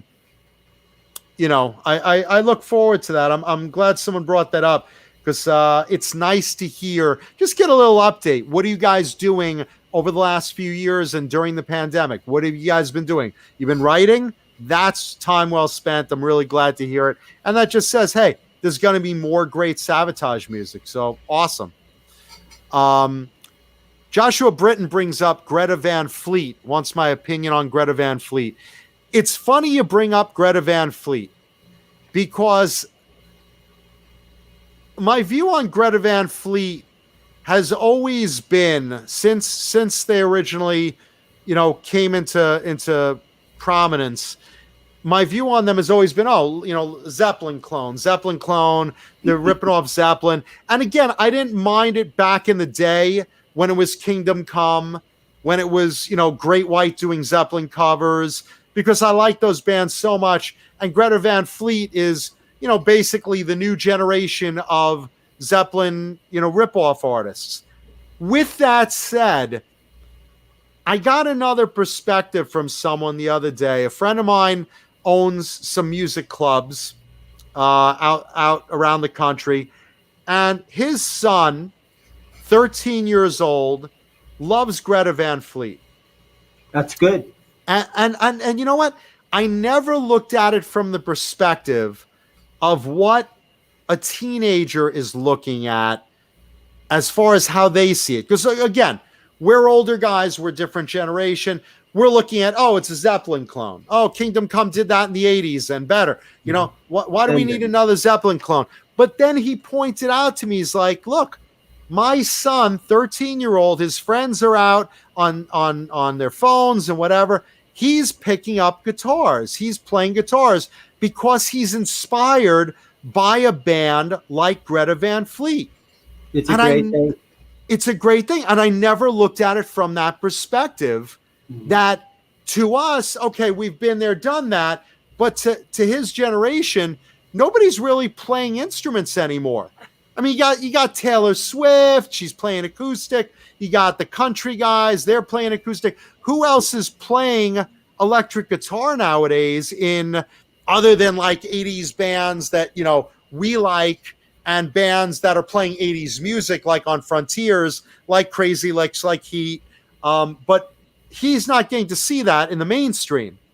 he's seeing someone like Greta Van Fleet, or as Robot Master Switch just put out, Mammoth Wolfgang Van Halen. Now, seeing Wolfgang Van Halen, again, I love the new album. I'm all about it. But seeing Greta Van Fleet, I looked at them as a copy, and now I'm looking at it with a new view that this might be the type of thing that influences, kids to pick up guitars again. And that is a good thing. But I never looked at it that way. I think it's a great thing. Sitting here in a music store trying to sell guitars, my average customer is a 40s and 50s. man. 40s and 50s, right? Yeah, when a 15-year-old kid comes in, it's like, all right. It's awesome. Nice bitch you have there. They don't teach guitar in the high school down the street anymore. There's not a lot of places for kids to get influenced on picking up an instrument. And you listen to new music on Spotify, the top 10, and if there's a guitar song on there, I celebrate that. I normally do, but I haven't seen guitar songs on there. I see rap, I see hip hop, I see R&B, blah blah blah, and that's great, not bad stuff. Just no one's playing their instruments anymore. But to see Greta Van Fleet and the way that their influence is on a new generation, I never looked at it that way, Yeah, we need more Greta Van Fleets, if you ask me. And now I look at it that way. Now I actually see that. My eyes have been open toward looking at it from that perspective, which they weren't. We need a clone of Greta Van Fleet now. So now we need a Greta Van Fleet ripoff. They copied Led Zeppelin, but how many bands, in 1964 saw the Beatles and it's like, that's what I have to do. We all started trying to copy the Beatles. And we all tried to copy you try to get on the trend. They found a trend that was trendy, 35 years ago and went with it. Led Zeppelin. So how cool is that? Before they were even born, they listened to stuff. Yeah, they dug that up. Their parents had a Zeppelin album or something, and they freaking went for it. No, this guy tells me his kid and his friends, they listen to Greta Van Fleet, and then they go back. They say when they play sets, because they play out, like teenage band playing out. I don't know where they play. I guess small venues or at school or whatever. But when they play, they're playing bands from the 80s. They're playing Firehouse. Mm-hmm. I said, they're playing Firehouse? He's like, yeah, Bye Bye Baby Bye Bye is like strange one. And what's really funny is it's being embraced by their audience. Go figure. Well, it proves the point. Good songs are good songs. It doesn't matter if it's from 50 or 60 years ago or if it's from yesterday. It's a good tune. But it's like, think about that. It's like that, these are odd choices, but like as far as new music, they listen to Greta Van Fleet and they're influenced by them. And again, I say it again, I never saw that perspective of what is a teen thinking hearing Greta Van Fleet. Yeah, All She Wrote, Renus. Thank you. I say Bye Bye Baby Bye Bye because that's the way the song goes. But yeah, it's All She Wrote. But I mean, that's shocking to me. And hearing that, these teenagers are picking up guitars again, that could be the catalyst. Someone like Greta Van Fleet keeping going could be the catalyst of a new generation playing with guitars again. I get some youngsters in here, and they're really good on guitars. Some of these guys are really good on guitars, and they're 50, 16, 18 years old, and they're playing Led Zeppelin riffs. Wow. And, you always say, oh, don't play Stairway to Heaven in the music store, but I would love to hear Stairway to Heaven out of one of these kids, And some of them do it. They're really good. That's funny. Big gong goes off in the back. No Stairway. I always hear the Seven Nation Army. Dun, dun, dun, dun, dun, dun. Kids are always doing that one. Yeah, I hear that too. I I listen. I always turn down the amp when I'm in Sam Ash because I don't want anyone to hear me playing. Right. You know, Right. I'll have my luthier. I usually set up an amp near his bench, and he'll pick out. He'll be like, "Is that the audience is listening?" And I was like, yeah. He's like, "I like that." So, it's like he'll like pick out stuff, but I don't want like other people to. Hey man, was that the audience is listening? Yeah. Well, you're really butchering it. Thanks. Yeah, you got to play quiet. Yeah. No, I didn't have a loud, noisy I suck.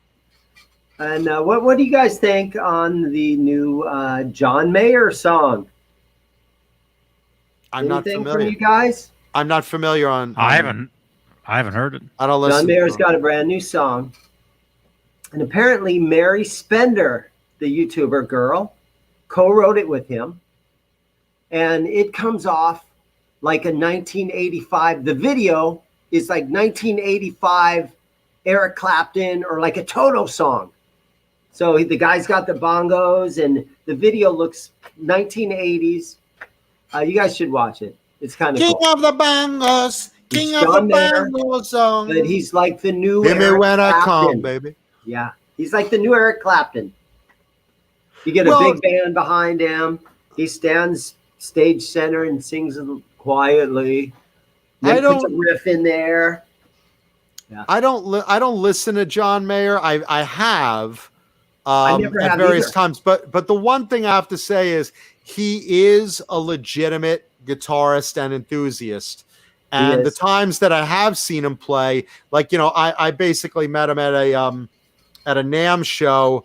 He was like playing with a Pink Jackson soloist, and obviously I was into that guitar too, and comparing notes on it, and obviously he's way better player than I am, but I like that he reached for a soloist and not like find him in the fucking Fender Strat room, because everyone's in the Fender Strat room or playing a Gibson Les Paul, and he does love his Strats though. He does, and that's fine, but he also likes Jackson. Cool.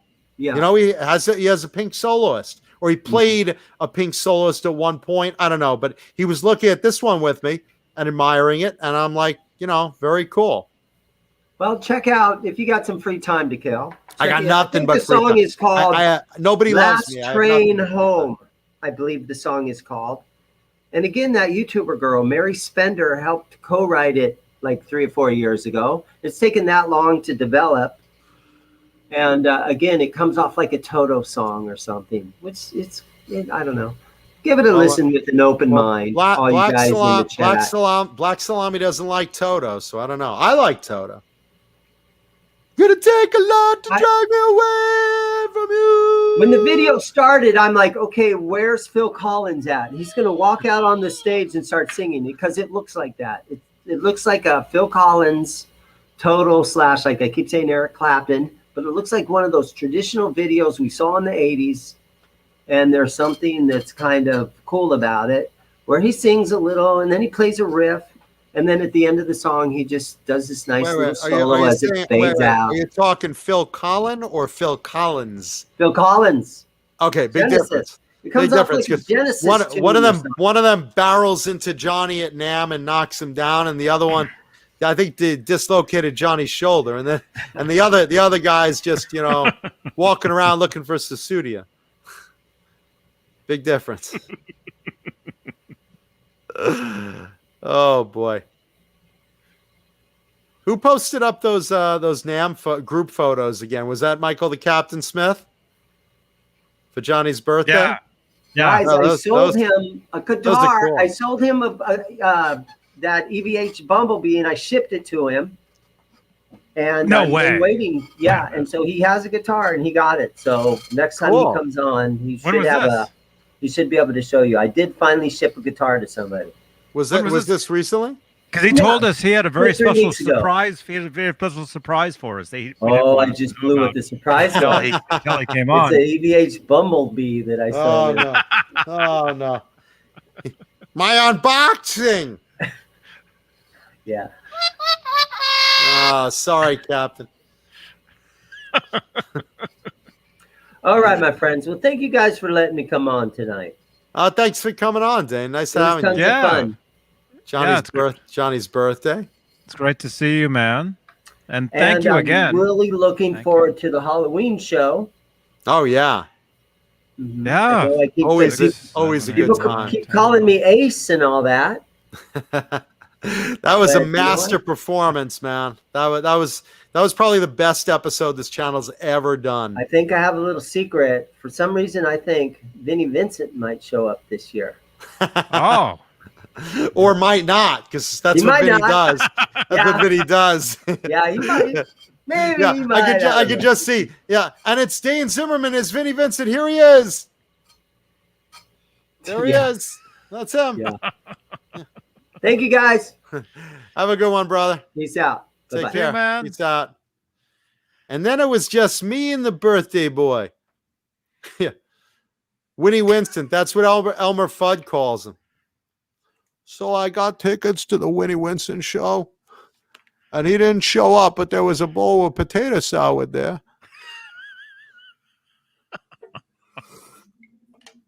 I paid 500 smackers to go see Winnie Winston. Mm-hmm. Thank you, Tessie, and thank you, Jimmy Ray Hawkins, channel member. Thank you, Tessie Switch. Tessie And Jimmy Switch. Ray Hawkins. Yeah, and yeah, that was a vole. Yeah. Ned brought in a vole with like a mouthful of grass, Jesus Christ. and it was still alive. It started running that way, so I had to get it, and he grabbed it and ran out. That's what you guys saw. Jesus. Sherman Callahan. Then you Thank just you let this- so much, dude. These poor voles. Trying to Oh get yeah, away. they're everywhere. Oh boy. Robot Master Switch says I should be allowed costume changes. Yeah, like the Oscars. Hey, look, I bring in a new T-shirt every week.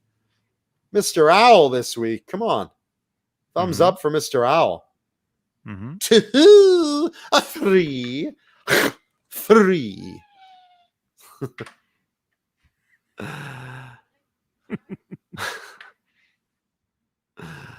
Oh, Johnny. What do you think, man? Are we good?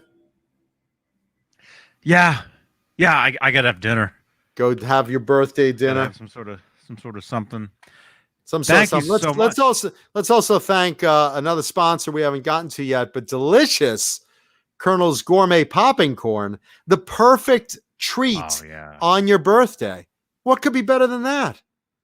Johnny, could you think of anything better than birthday cake surrounded by a big bucket of Colonel's Gourmet Popping Corn, along with chocolates and tasty treats, other candies that they have on their website? Mention Johnny Beane or Jay Hannon, and you'll get more product from Colonel's. Delicious Colonel's Gourmet Popping Corn and more. That's what you want. Yes. Yeah, and if you order it, you'll get more. Get me more.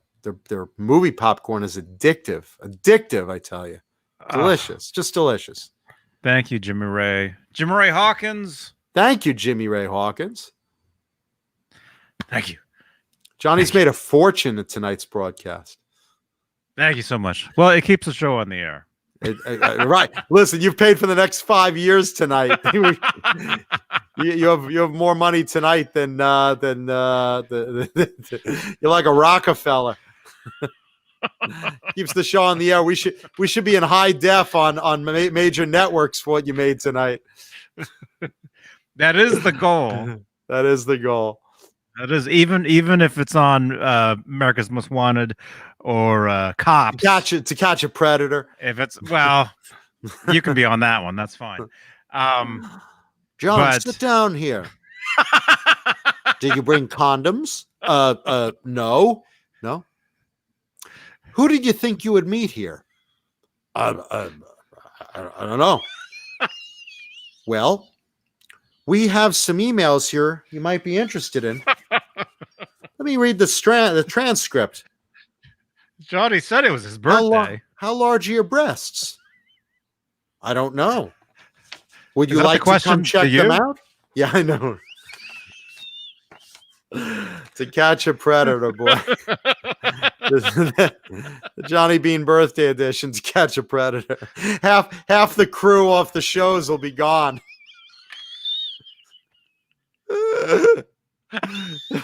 He'll just be you, Jay, and Caleb, and the rest of us will be like behind bars. Johnny, you got to get some bail money. Change Johnny's lights to get some bail money. Oh no. Oh boy. Oh, there they are, Johnny's old cellmates. Hey, Johnny B. Yeah, everyone in that photo except you, Jay, and Caleb are gonna. And yours because you don't like vaginas, and Jay and Caleb because they're parents. But Paulie, myself, the captain, John BL, we're screwed. We're going to jail. And that kid with the long hair. Look at that. John BL's on fire. Is that another Cobra Kai masterpiece? Yeah. I love Cobra Kai. Cobra Kai, you're a master of disaster, my friend. We love you here. John Biel's been lighting guitar picks on fire lately on Saturday nights. Oh, really? That's what we've. Well, he wants to get rid of that junk before he gets a new set of Swiss picks. I understand that. I understand. I want to get rid of all my old picks too. I'm making Lego constructions with them. I'm making a little guitar pick of Millennium Falcon out of old Tortex. Because I just use Swiss picks. That's it. Proud sponsor of the show. Yeah, I need some more. I'm ran out. That's for your birthday. You gotta message the big man, Pete Panchowski, owner of Swiss Picks, founder of these wonderful picks. Yeah, they're cool, man. I still have one. They're great. What do you eat them? Johnny wears them down to a nub. He plays so fast. Yeah. Yeah, they just, I don't know where they go. They do disappear. I have to admit, I started with like 8 at a time on my couch. I'm down to 2.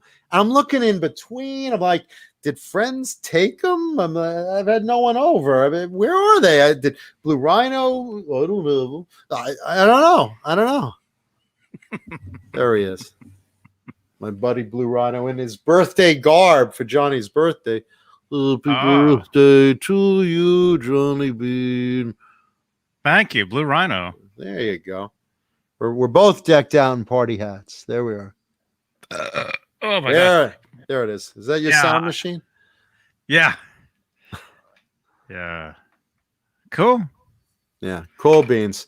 All right, we've had enough. We've given everyone their money's worth today. Let's say thank you to our beloved and treasured and valued and appreciated channel members like Charles Green, Fruitcake Tony, Michael the Captain Smith, David Ennis, Mike Neese, Richard Poole, Linny Lou and Mary, Gargets Entertainment, Kurt 5150, Susan Silvestri, Mickey Settlemeyer, Joe Christian, Nicole Mrazek, Sean Bolland, Wayno, Stephen Franklin, Will Starr, R. Habs, KXM Rock, David Shea Gormary, Bo Zeke, Crazy Cook 678, Carol Hatcher, False Flag, Margaret Scranton, Sean Silas, Trevor Burnson, and Jarhead Rock, as well as, holy shit, look how tiny that font is getting. I feel like I'm at the eye doctor right now when I see that. Hal Face, John Moronic, James Gum, Hillary Lewis, Jim Nicholas, 802 Blues, Mr. BHB Jr., that's Bruce, Frag 5150, Pal Guitars, Dan Halen, Frank Corcoran, Ben Tom, and Tom Jr., Michael B., Jeff T., R2R3 Locking Nut, Fernando Riley, Robot Master Switch 6 Chicks 71, Rick Green, the Chad, 2 Brain Cells, Thomas Santiago, Voodoo Child SJ, that is Sean Johnson, Brian Spalding, Fender Guru, Music Therapy, Laz. Again, happy birthday to you too, Laz. Ghost BC Rich, 5150 TV, Jimmy Ray Hawkins, Hugh Caldwell, David Crosby is a dildo fucker. I'm not. You sure are. Jesus Rapes Me, Randy Price, Laguna Palms, Murph Murphy, Steve Barton, All Dave, All Night, and Steve Carmichael. Steve Carmichael. Awesome. Awesome. What's for dinner? You rock too, Cobra Kai Platoon. I don't know what's for dinner. Oh, they're asking you what's for dinner. Oh, what's for dinner? I'm gonna have turkey burgers. Oh, Delicious turkey burgers on rye bread. That's what's for dinner tonight. Yeah, lettuce. and tomato Oh, wow. and Russian dressing to celebrate tomorrow's big meeting with Russia, Vladimir Putin. We'll have Russian dressing on burger today. We will do this.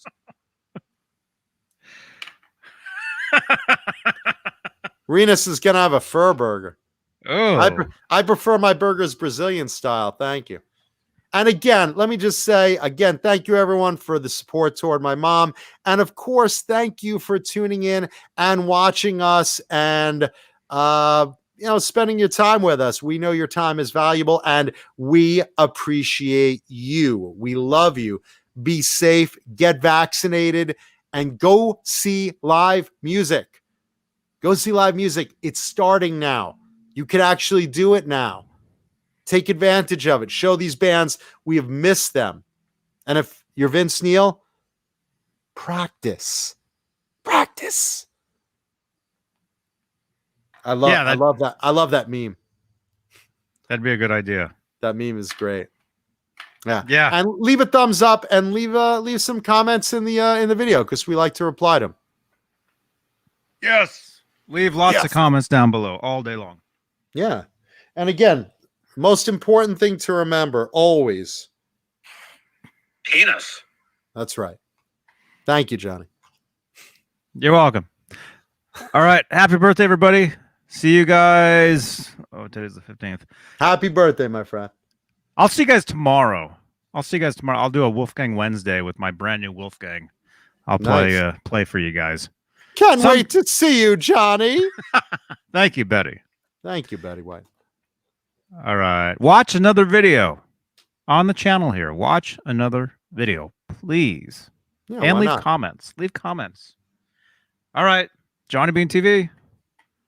Rock on, everybody. Be safe. Bye.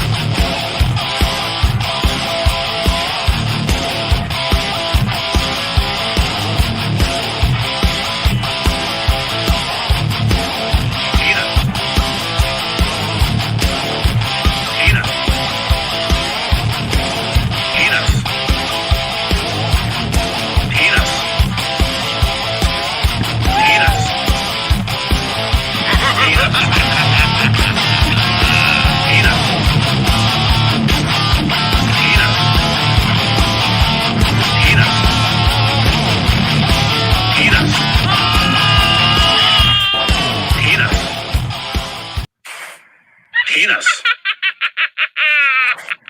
Penis. Penis.